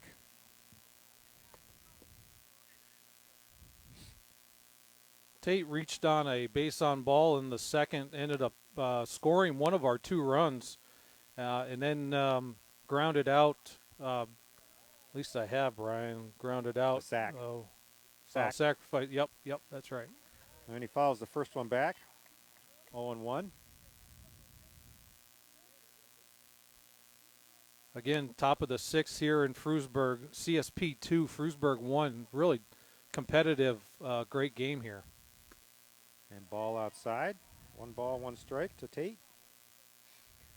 Again, 2-1 CSP over Frewsburg. Top half of the 6th inning. First batter, Tate Catney's. Tate hits one, a little blooper to the second baseman. He camps underneath it and makes the out. And that's going to retire Tate in the first batter of the 6th inning for the Wolfpack.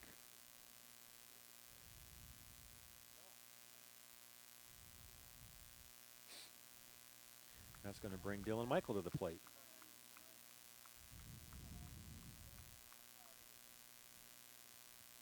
Yeah, you just heard Coach White mention it to Dylan. We're looking for line drives here. We've gone 1, 2, 3, 4 straight outs with pop-ups. 2 of those outs were 2 of those outs were with first and second with nobody out, and one of those was a pop-up with the bases loaded and 2 outs. So really looking for line drives, bases or ball on the ground. 1 ball and 2 strikes to Dylan, and 2 balls, 2 strikes to Dylan. As that one is high and outside.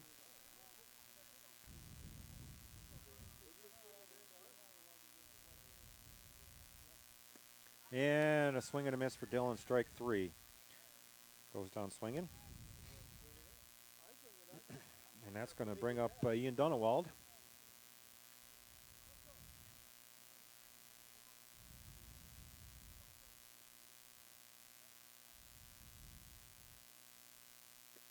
And that's going to be ball high to Ian.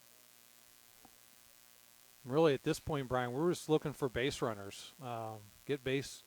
You know, it's been a while. Our last inning, we had base runners. There's a hard hit ball to second base. Fields it cleanly, throws it over to first, and that's going to be a quick 1, 2, 3 inning.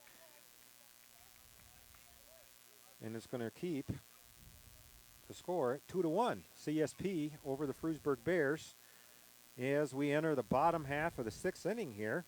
And both teams kind of running out of chances to either extend the lead or take the lead. So we mentioned this earlier, though, Brian. This is a great experience for CSP. We haven't been in a lot of tight games, but good experience for the players, good experience for the coaches, and anytime you're in a game like this, it's a lot more fun to play. Oh yeah.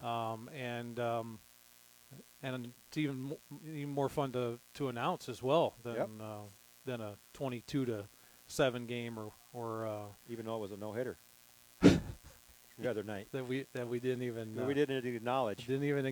But support for coverage of CSP baseball on the Channel 98.9 Lictus Oil and Propane sports stream is provided by Triple E Manufacturing in Sherman. Triple E offers equine products, promotional items, embroidery, and printing services. 1-800-295-4282 or online at tripleemfg.com. Support for Wolfpack baseball coverage on the Channel 98.9 sports stream is provided by Countertop Solutions in Clymer. Go Wolfpack from Countertop Solutions.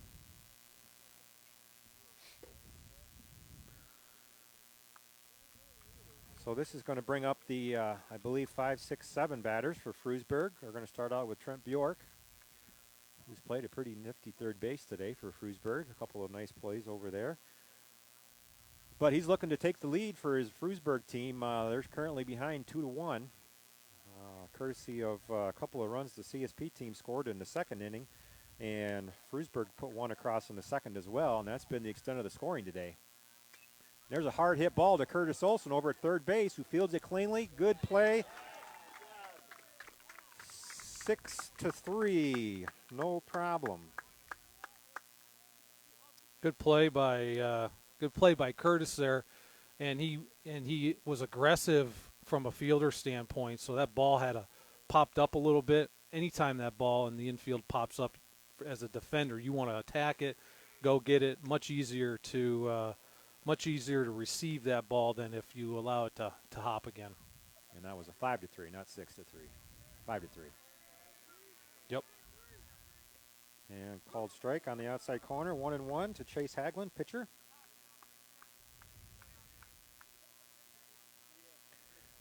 Gabe working pretty quickly now. That one's a little high. 2 balls, 1 strike.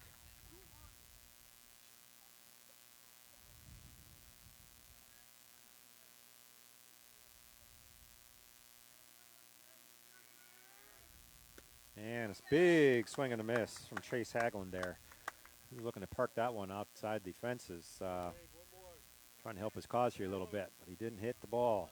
2 balls, 2 strikes to Chase Haglund. And a foul straight back. Count will remain 2-2. He's on Gabe a little bit here, Brian. It wouldn't surprise me if he gives him a little something off speed to get that timing off. Two fastballs previously fouled them both off. And he wanted that call, but he doesn't get it. That's going to be a full count. 3 balls, 2 strikes to the pitcher, Chase Haglund. Gabe takes a second on that one. Throws the ball over to Trent Burchanowski to dry it off, actually.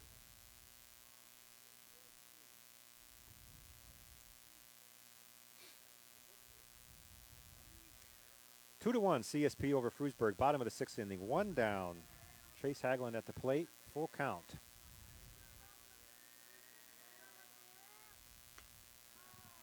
And out of play down the right field line, right in front of us. Bryce, your glove's big enough to get that. Let's go. Yeah, where's the big glove?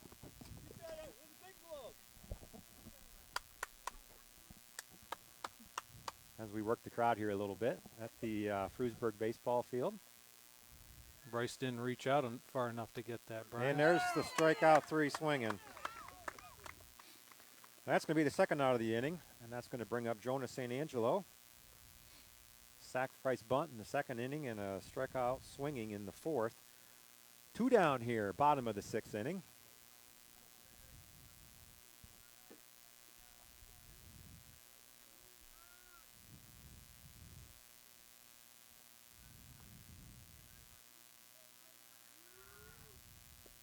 And ball low.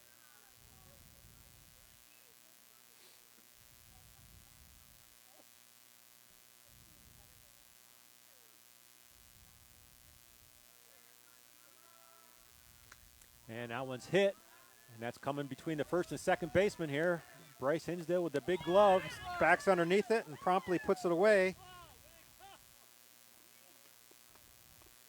That's a nice fly out, 1-2-3 inning for the Frewsburg Bears. And the importance of that, Brian, as you're looking ahead, the importance of that is as we get to the bottom of the 7th and we face Frewsburg, we're going to face their 8, 9, and 1 hitters. They get a couple base runners there, and all of a sudden they have the top of the order and the meat of their order as we get to the 7th inning. That's right.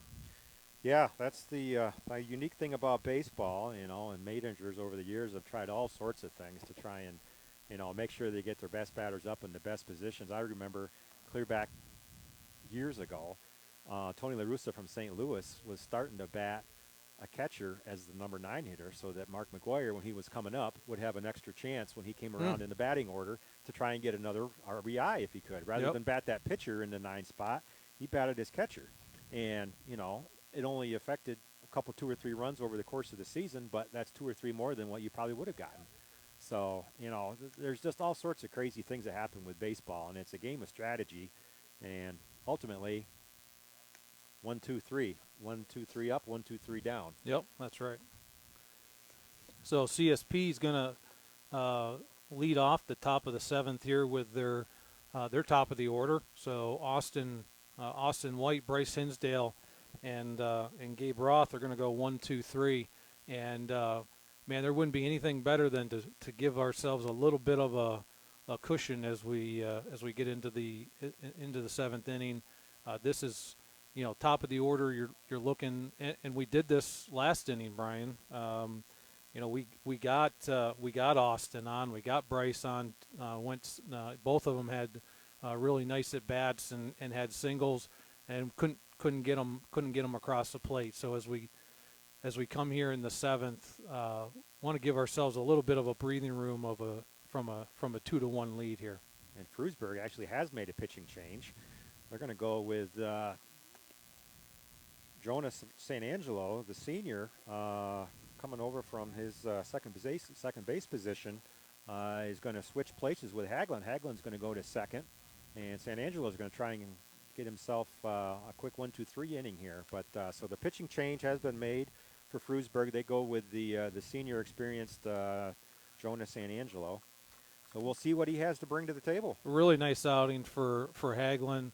Nothing to hang his head about. He gave up 2 runs and to a very good offensive team, and he just was, at least to this point, outdueled by Gabe.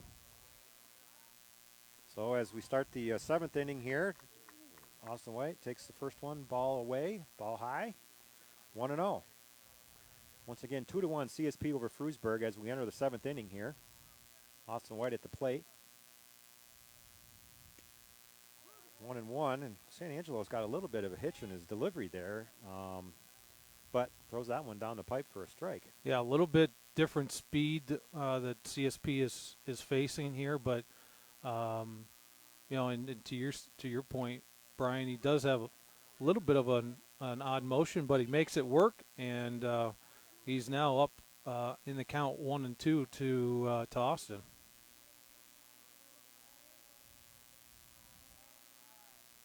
And the breaking ball does not break in. That's high and outside. That evens the count at 2-2 to Austin.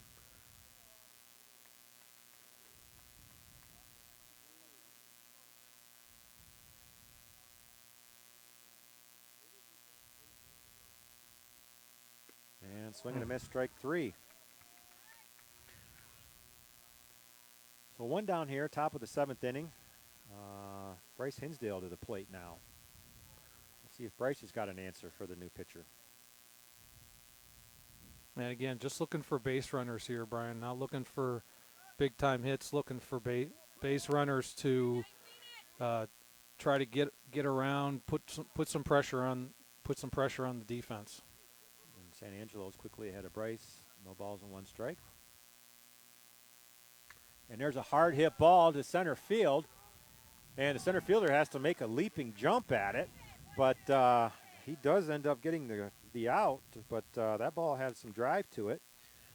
But that's going to be quickly 2 down for the Wolfpack faithful.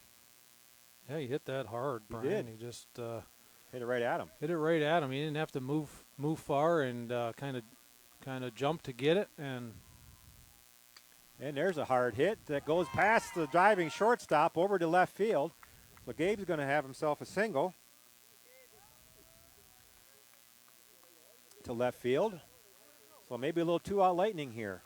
Yeah, and I wouldn't be surprised, Brian, to see Gabe wheeling here or Coach Moreno being relatively aggressive on the base pads. Yep. So Micah Willink up at the bat. 2 down here as they do try to keep Gabe honest. They throw over to first base. He's back safely.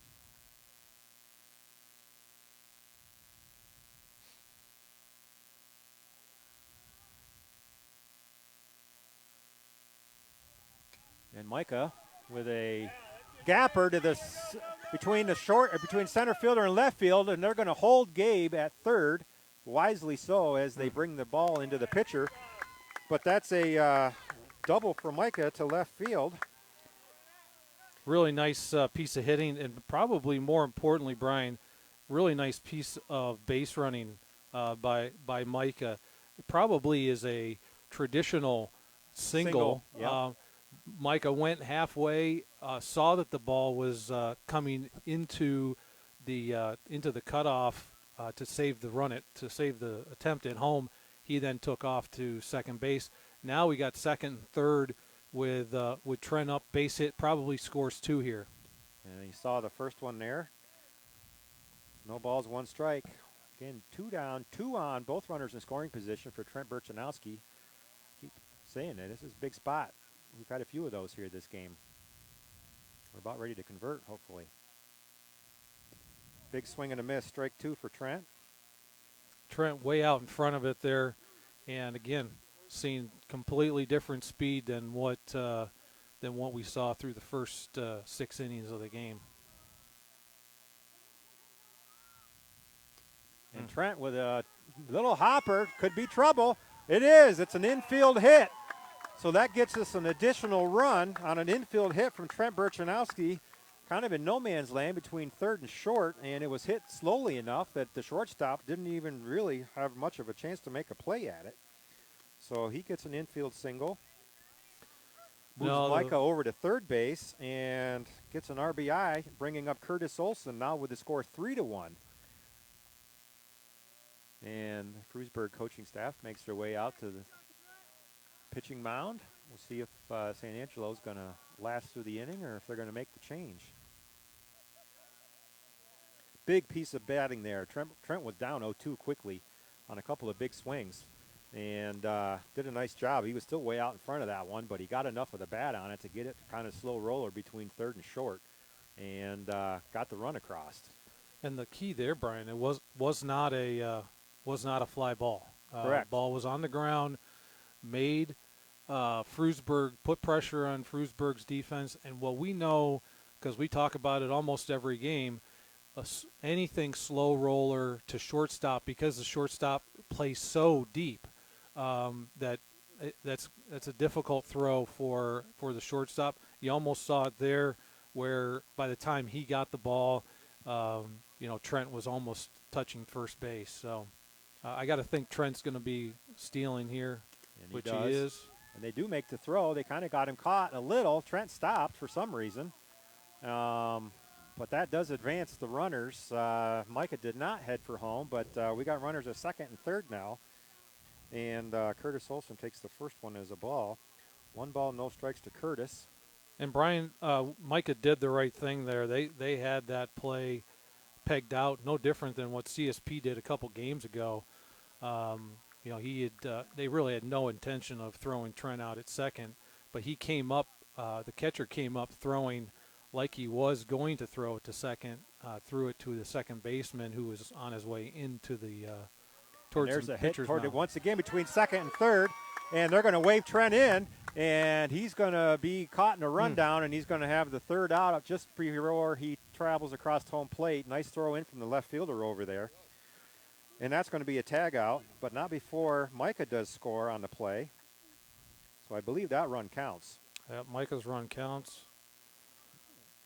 Nice job by Curtis with an RBI single. Yeah, nice job by Curtis there, getting that run across, giving us a little bit of breathing room as we go to the bottom of the 7th. 4-1, at least that's what I have, Brian. That's what I have too. 4-1 CSP as we get to the bottom of the 7th. Funding for coverage of CSP baseball on the Channel 98.9 Lictus Oil and Propane sports stream is provided in part by First Place Auto Glass of Jamestown. Owner Glass Tech, Robert Leonard from Panama, installs automotive glass and works with all major insurance companies. We thank First Place Auto Glass, 716-450-0847, or on Facebook. Support for Wolfpack baseball coverage on the Channel 98.9 Lictus Oil and Propane sports stream is provided by Sherman Livestock at 4150 Sherman Mayville Road. Cattle auctions are held every Tuesday and Thursday. Horse and tack are every third Saturday of the month. More info at 716-499-1362 and also on Facebook. So the Wolfpack's going to stick with Gabe. This is going to be working toward a complete game for him. If we can finish out the 7th inning here, we are going to be facing the 8-9-1 batters for the Frewsburg Bears. But we added a couple of insurance runs there in the top half of the 7th, so that's going to bring our score 4-1, CSP over Frewsburg on chilly and damp Monday afternoon for May 2nd, but we got a baseball game in. Yeah, and can't stress enough, Brian, how important these types of games are. Whether it's you're in the infield and a ball's hit to you in a close game, or you're up to bat in a big spot with guys on base, or heck, even no guys on base, but your team needs a hit in a close game, you can come back to the time. Hey, I remember when I did this in Frewsburg, and and hopefully someday, instead of it being Frewsburg on on a Monday night. It's in a state championship game in June sometime. So the number 8 batter is going to be Cole Bender for Frewsburg. He's played first base all night tonight. A couple of strikeouts, one swinging, one looking in the second and the fourth inning. So we'll see what he's got for the 7th. And quickly, Gabe's ahead. No balls and 1 strike.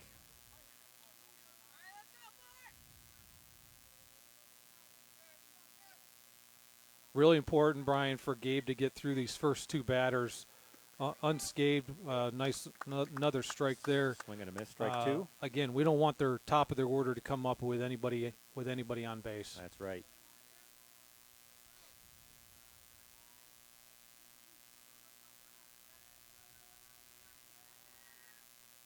And a little on the inside corner there, not close enough for home plate umpire, who's been pretty consistent with that strike zone. Yep.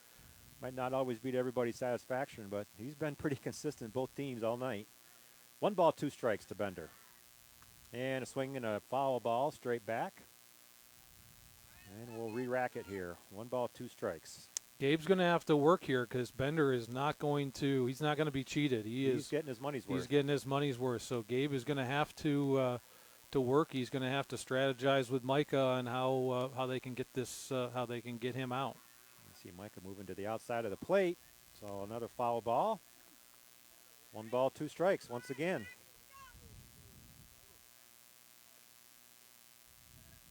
I think anything off speed here, Brian, is probably the move. You've given him a bunch of fastballs. And he'd give him another fastball. Or you can just give him another fastball. Yep. That seems to be the flavor of choice here tonight. Gabe, that's his 1, 2, 3, 4, 5, 6, 7, 8, 9, 10, 11, 12, 13. 13th strikeout of the night. Somewhere in that vicinity. Yep, that's what I got too. Hey, geez, how about that? Second batter of the inning, going to be the number 9 batter. He fouls one down the right field line, going to be out of play over here. Heading toward, got the bus tire this time. Yep, bus is prime spot today.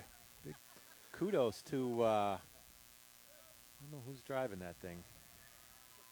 Dick Fletcher. Another foul. This one up toward Bryce. He's parked underneath it. That's going to be the second out of the inning. A little pop out behind first base. Bryce Hinsdale promptly walks underneath it, makes the easy play. Quickly 2 down here. So they're running out of outs here, Kyle. Yeah, and this is exactly, if you're CSP coming into the bottom of the 7th with a 3-run lead, this is exactly how you would have drew it up. 2 outs, nobody on as they get to the top of their lineup. And that's a hard shot toward Trent. Counter right at him. He pumps it over to first, and that's going to do it. CSP is going to have a nice 4-1 victory over the Frewsburg Bears here in what was a really well-played, hotly contested game. 2-1 for the most part. CSP team tacked a couple on in the top half of the 7th to make it 4-1. But like we've been saying all game, that was a thing of beauty for a lot of reasons. Yeah, that was really well played game by both teams. I think today, I would like to think that both coaches would say that at the end of this game they both, they're both better for playing each other, and this is a good win for CSP, and now we go to Casadega or Stockwell Lake tomorrow. Correct. Yeah, so Gabe Roth on the mound, 13 strikeouts, last 4 innings. He saw 4 batters in the 4th, 3 in the 5th, 3 in the 6th, 3 in the 7th. So pretty consistent for Gabe. And he got better, to your point, Brian. He got better as the game went on. He even from Gabe's standards really was a little off in those first 2 innings. As the game went on, he just got better and better, and really that you called it out, Brian, when he was not able to get the hit when he thought he should have gotten a hit with guys on base. Yep. He came out in that 5th inning or 6th inning and started really firing on all cylinders, and really was locked in with Micah knew what they wanted to do between pitcher and catcher, and he did had a really nice game. Yeah. So 4-1 victory for the CSP Wolfpack over the Frewsburg Bears here, and that's going to take the CSP team to 6-0, which is good. This also is a victory over a Class C team, so we get a couple power points on top of that, so that's always good for playoff implications and seedings. So just a good day all the way around. You know, that's a good Frewsburg team. So good job by all the Wolfpack, the players, the coaching staff, and thanks to the loyal fans who still have their winter coats out here in May, including me. And we'll see what tomorrow brings. But that's a good victory. So from Frewsburg, New York, this is Brian Willink on behalf of Kyle Hinsdale. Thanks for listening. We'll catch you tomorrow at 5 o'clock, I think. 5 o'clock against Chautauqua Lake, a team that we have not faced this year, had typically had at least good athletes. Their baseball program has been very similar to all other high schools around here. They've had a couple, one or two good players at a time, and typically they're pitchers, and which makes your team good. And I don't know a lot about what they have this year, but I would imagine that anytime you start a season 6-0 like CSP has, it doesn't matter whether it's Chautauqua Lake, it doesn't matter whether it's Pine Valley. You name the school, and I don't care what their record is. CSP at this point in time has got a target on their back. Yep. You're going to get the best from any of these schools, which is number one, fun, and number two, makes you have to come to the field every day ready to go. So we'll see what tomorrow brings. On that note, once again, baseball is meant to be a game of repetition, so hopefully we can string a few together here. And everybody have a good evening. We're going to go warm up. So for the 4-1 CSP Wolfpack victory over the Frewsburg Bears, that's going to do it from here. Have a good evening, everybody.